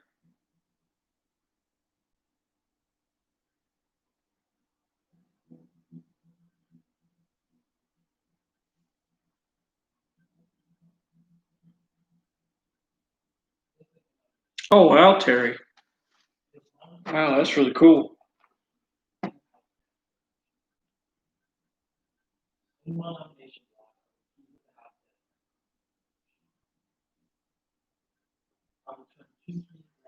Could be, bummer. I would have had one because my grandmother died in 91.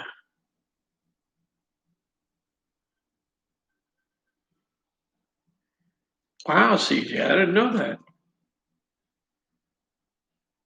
Yeah, my grandmother died in 91, and she was very sensitive. She was precognitive.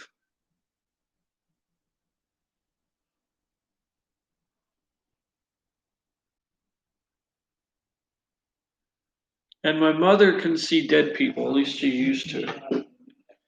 But it scared her when she was young, so she really didn't try and foster it. But sometimes they still show up. But she's never seen her mother, which is kind of odd.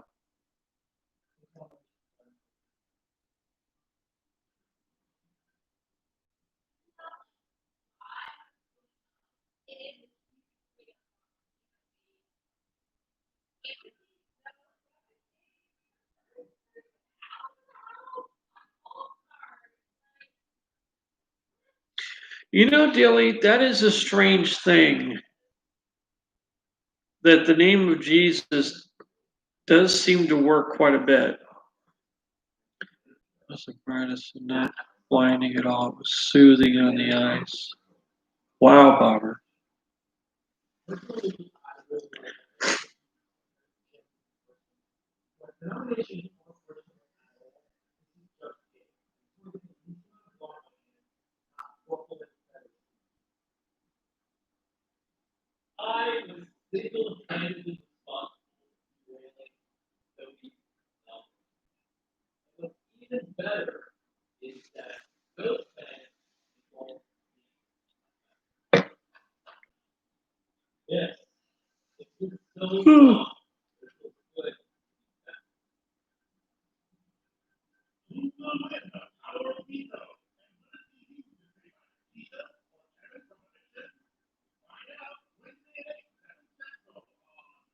Wow, Terry.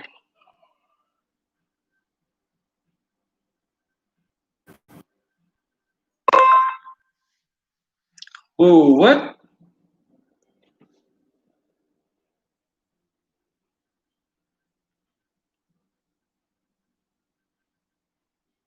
No, no, no, no, no. The heck? The computer's getting all weird. Oh, wow, Lewis. Crazy.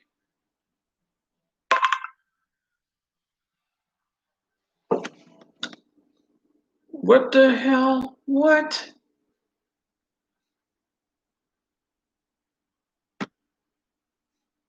Okay. Strange.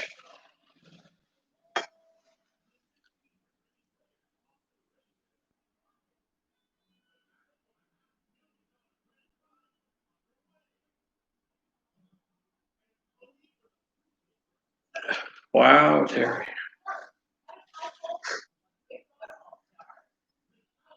They can definitely travel with you. And I have picked up transient spirits on the road. It's the weird spirits.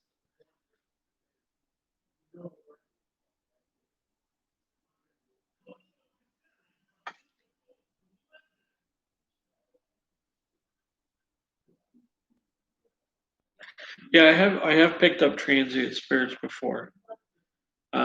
I woke up on the truck. I had a student with me, and I saw things moving around. Saw shadows moving, and so I started the recorder, and that was I think it was one of the first EVPs that sent the portal. That was the.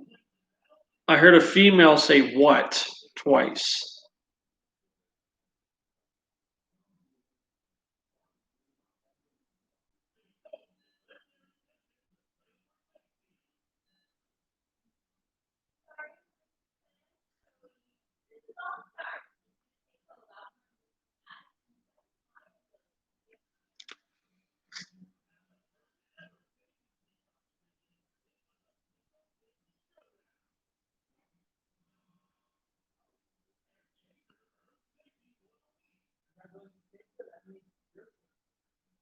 Terry, if I have time, I'll go check it out.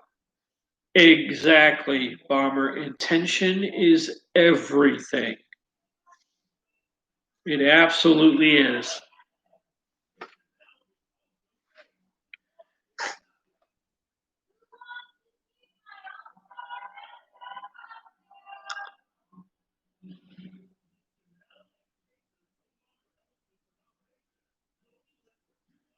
Yeah, that definitely helps, CJ. Definitely.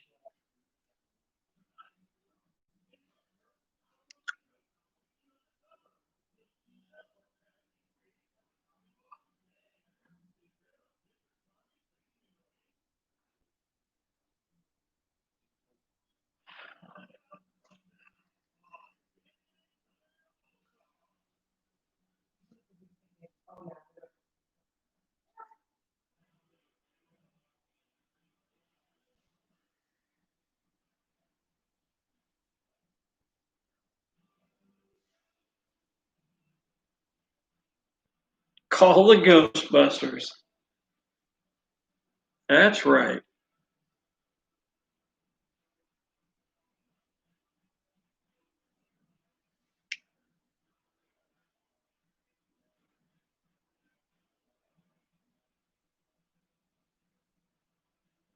Yeah, it can be, Terry. It can be a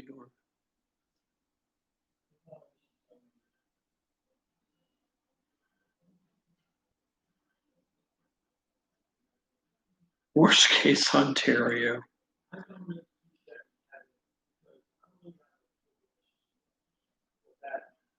Goat's butter.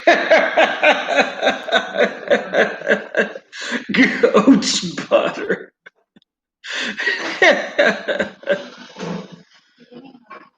Done with the cake? No. Oh, you need to say hi to everybody. No. Come on. You don't have to come on camera. Just say hi, everybody. They want. Hi, everyone. Can you guys hear that? I was craving cake and beer. They're all top mad because I didn't share the cake with them. Well, I got plenty of cake here, so please come get some. Glad we share. Because we won't eat She it. won't come on camera, Lewis. She is camera shy and doesn't want to do it, but she'll say hi. Hi.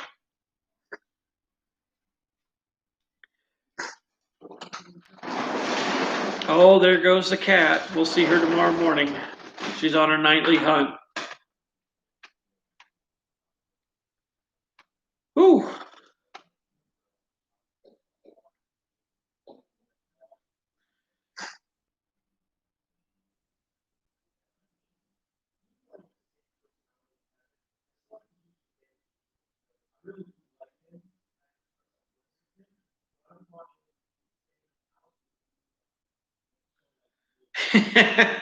Deli's coming over for cake. We got plenty of it.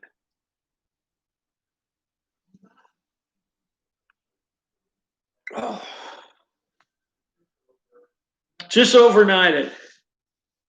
Hey, Pammy. Thanks for coming in. Just overnight the cake, yeah. I'm sure it'll arrive in perfect condition. You know, the usual UPS delivery.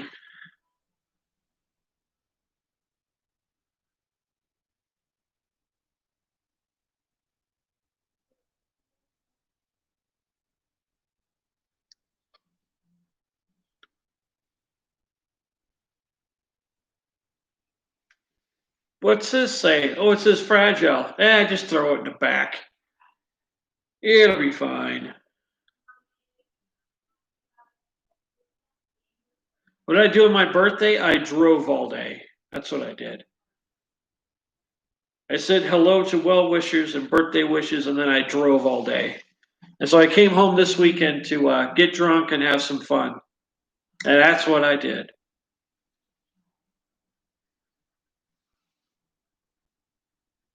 Because I can't drink on the road, so I drink when I'm at home.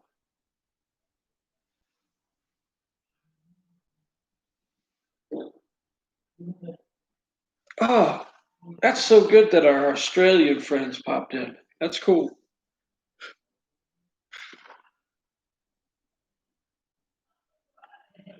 The C19 border.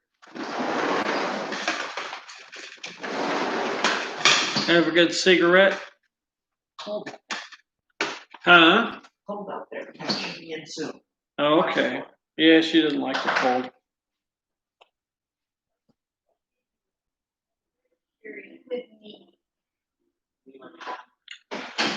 Oh, man.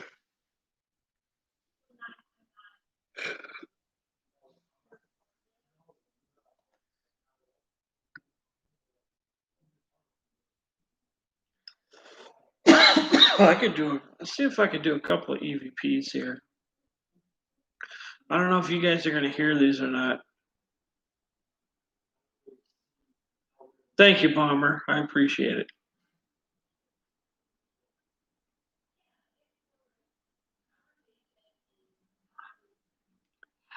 There's no made up cure yet, but they're working on them. Nah, I'm not that buzzed. It's only one beer. I'm a lightweight, but I'm not that lightweight.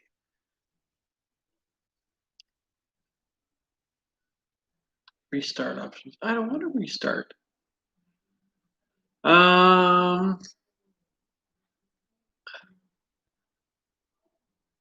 Let's see if you can hear some of these. Hopefully that's still running. I see the camera's still on. So let's try this. Can you guys, I'm going to boost this as much as I can, but let me see if I can run this.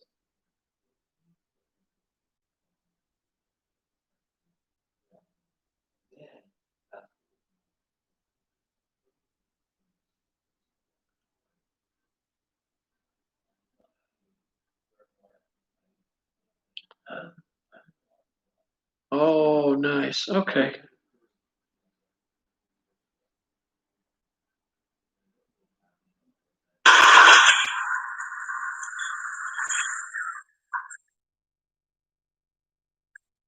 I don't know if you guys can hear that.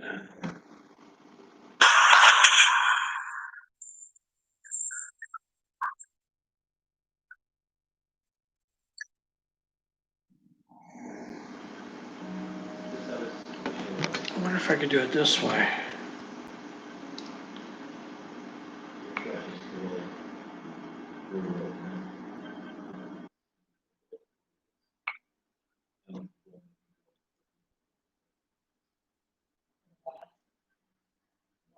Very faint? Okay. Let me try it this way then. This phone is really loud, so hopefully turn the volume up all the way. Where is that one?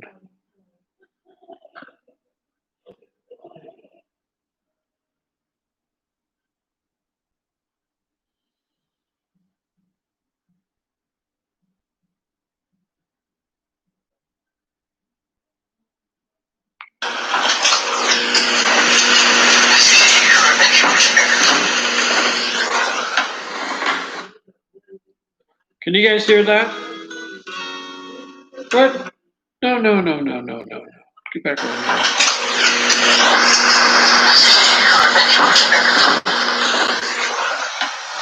here. One more time. No.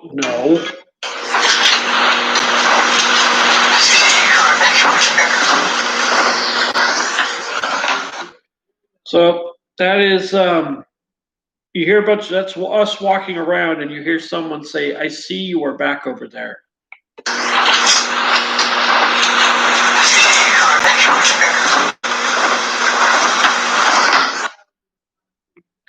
Which is kind of creepy. No, what'd you do that for?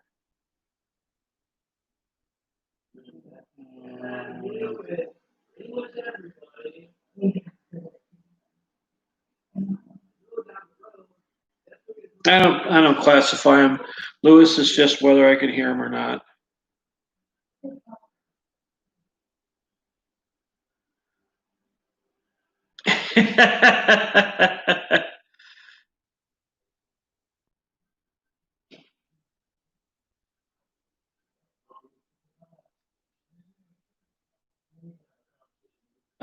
What else we have here?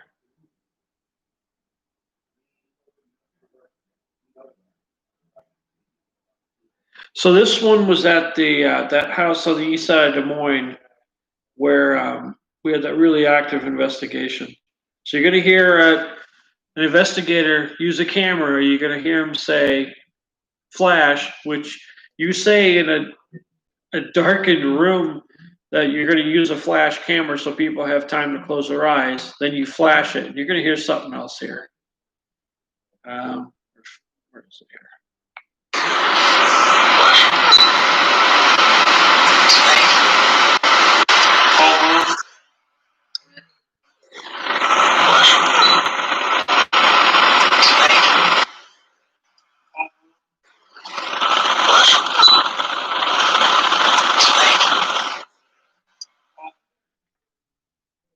I don't know, Bomber. I wake myself up from snoring in my sleep.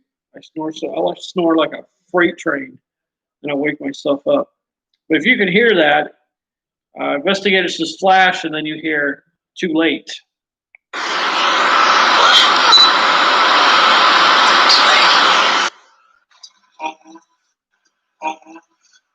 This one's at the same house.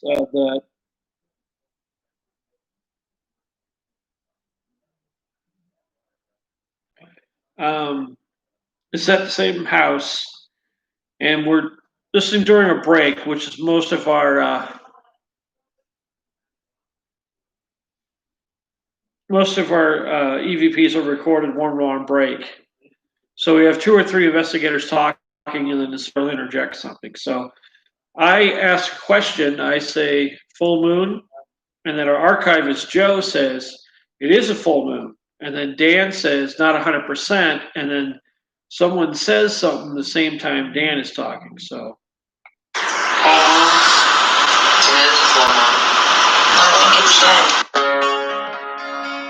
No Allison change, you have to wait.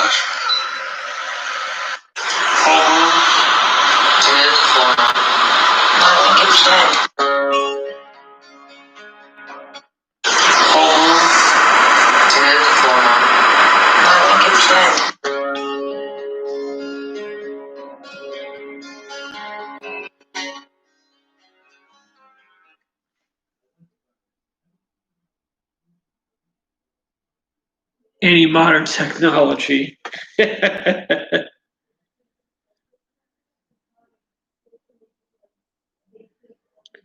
if I got any good ones.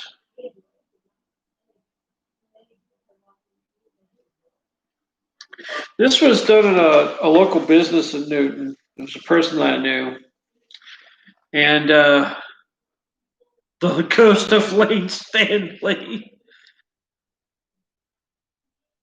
Only Audacity or Audition. Adobe Audition, that'd be good. That'd be nice and clear. So we're talking about the security system. What? Power 5%? No. Yeah, it is. I mean, it's very clear. You did a really good job. He did.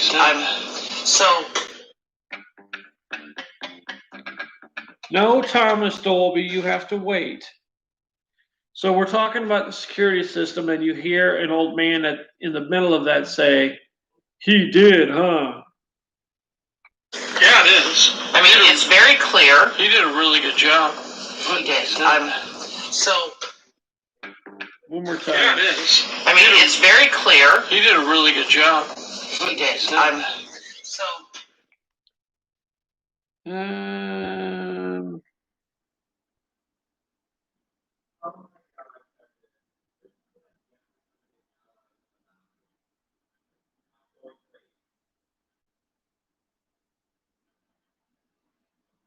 I think that's all I have on the phone. Oh, this one's pretty muddled. No, we did that one.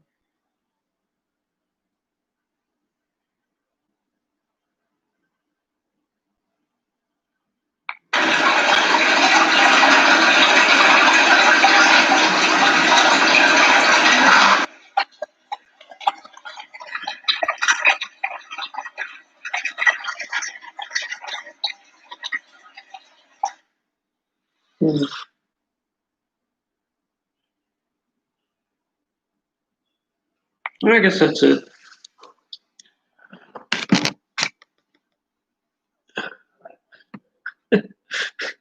It's okay, Bomber. We're all grown ups here. It's all right. 6 blocks, CJ. What? 6 blocks. Get out of here. Yeah, Terry, I've picked up quite a few liquid soap. Bomber, where is my boiling maple syrup? 6 blocks. Wow. That is crazy. Was he going to work?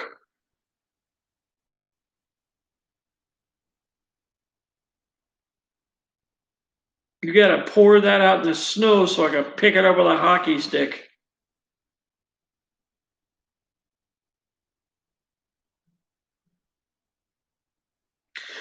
Yeah, I get that too sometimes. When I was at the cemetery, my grandparents' cemetery up in Milwaukee, Wisconsin, there's an EVP on there that I heard with my ears, and it says Mike.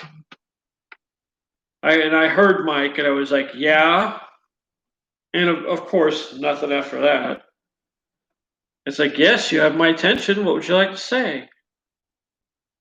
On Friday, exactly, Bomber. That's exactly how I like it.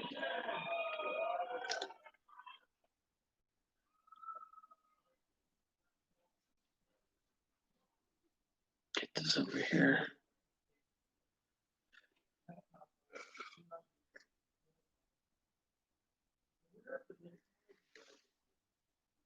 That's right. Bomber knows what's up.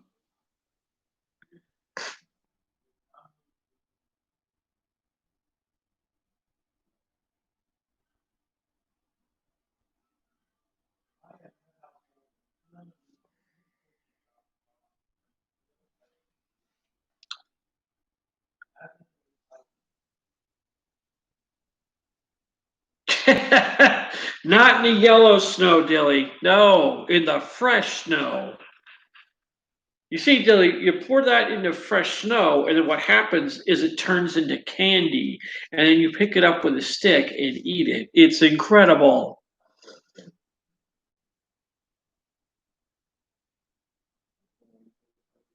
Oh, Lewis, you got to do that at night. That's when the fun time is. That's when they come out and play.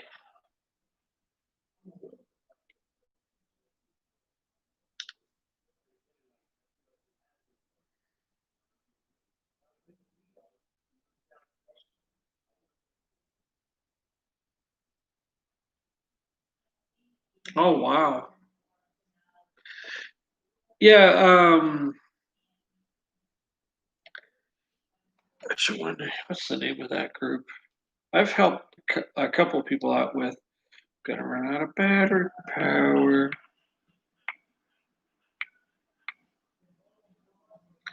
Oh, I'm streaming. Check it out.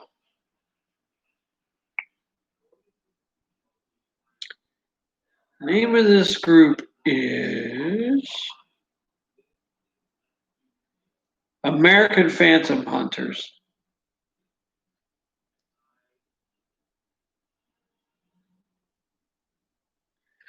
And I think it's a husband and wife team, and they're pretty cool. But I helped them out with a couple of EVPs. They were at this church.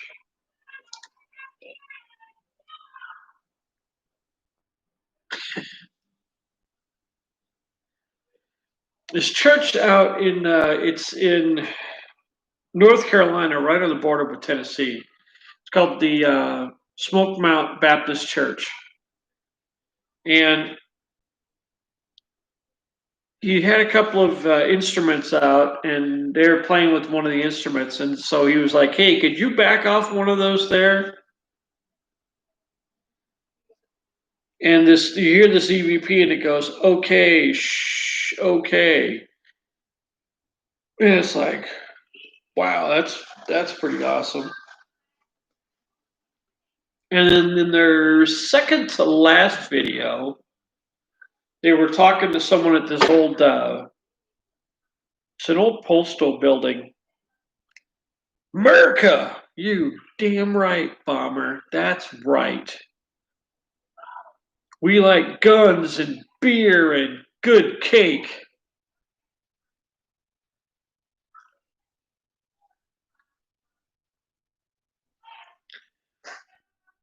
But they asked this. They were talking to a spirit through I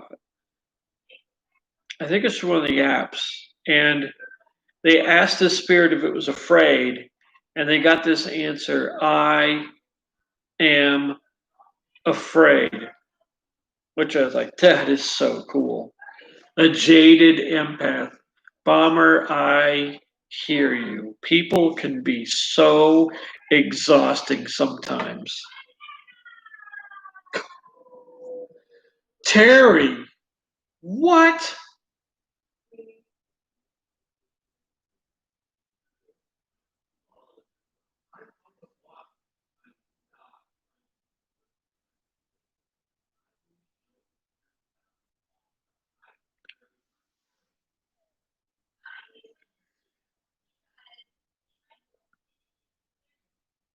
You know, that brings up another good point.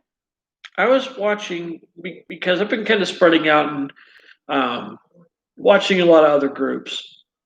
Besides the portal, that's why I haven't been on the portals, because there's a lot of these smaller channels out there, and I'm trying to help them out. And I was watching one of these channels, and they were doing it looks like it was like a pay site walkthrough, and they're doing this. They're in this area doing their investigation, and one of the spirits told them to get out. Yellow Syrup Company, tap a wee and get frozen yellow. Oh my God, Dilly.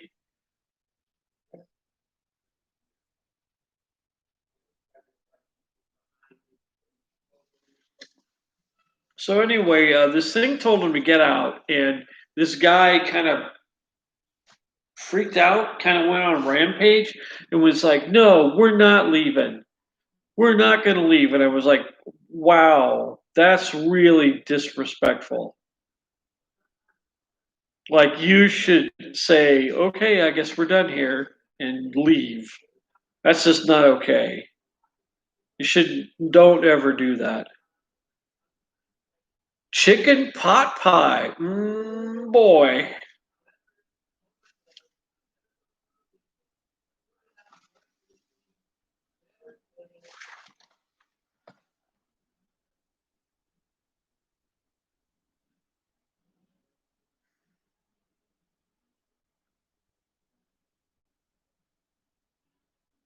Oh, wow, Terry. That's terrible.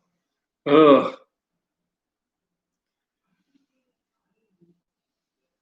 Well, it's after 12. I wonder if Brent will show up.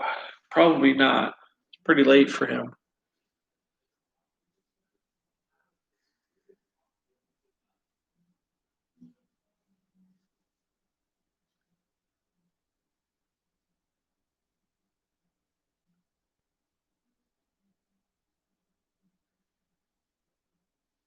Woo! 2 hours.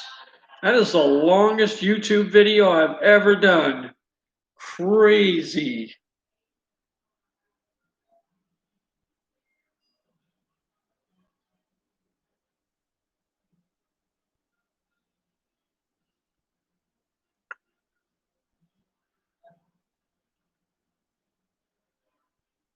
Yeah, I sometimes will do a Bakeo as well, but he comes on pretty late. And that's just because he's in Hawaii, so that's a whole different time zone.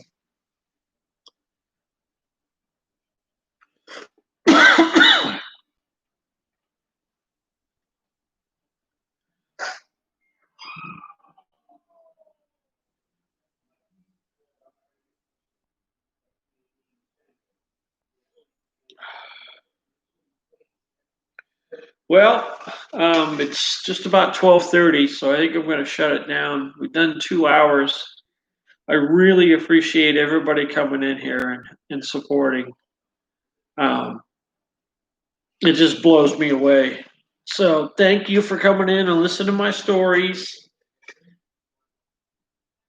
and listen to me go on for 2 hours, and really appreciate having everybody here.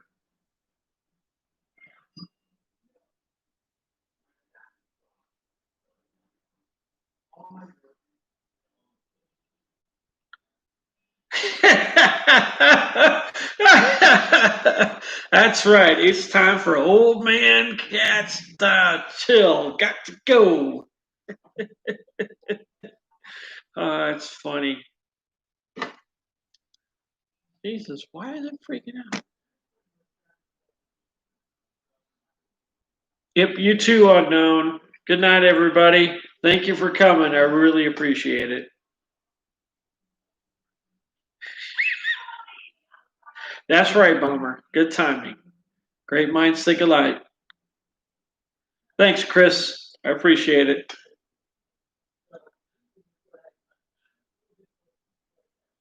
The odds are on my side. Yeah, they probably are, Dilly.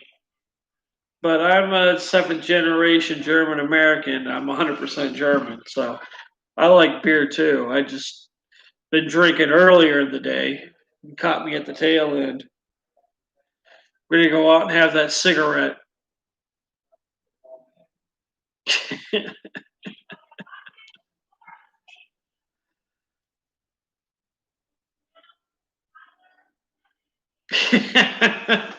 Oh my God, Bauer.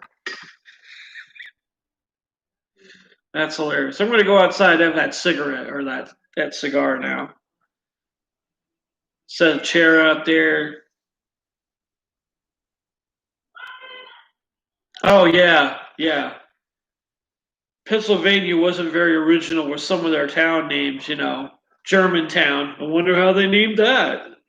Mechanicsville. I wonder how they named that. Old Pennsyltucky.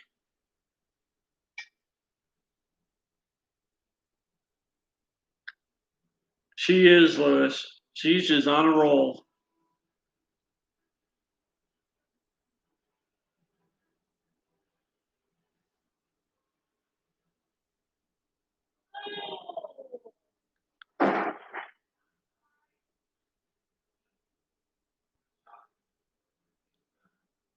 Yeah, I know, Dilly. You will be. Hey, Obscura, how you doing? We're just ready to say goodbye.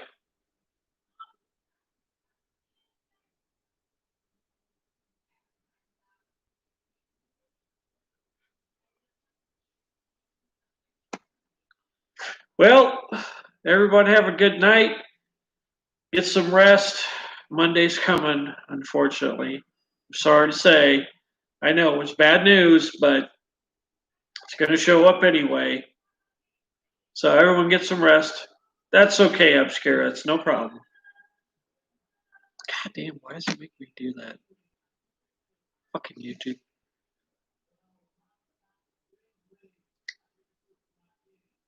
Roast you like a quail, like a fine turkey on Thanksgiving dinner. Well, you have to get up the nerve, Bomber. You got to do it. I mean, you either have to do that or call the show. Then we got to get Cha to call the show.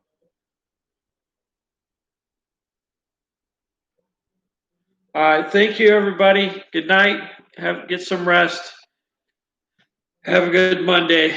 I'll talk to you guys later. I'm going to go back on the road probably Tuesday. So tomorrow night, I'll see if I can do another stream. I don't know what's going on yet, but hopefully tomorrow night I can get one going. So I'll see you guys later. Have a good night.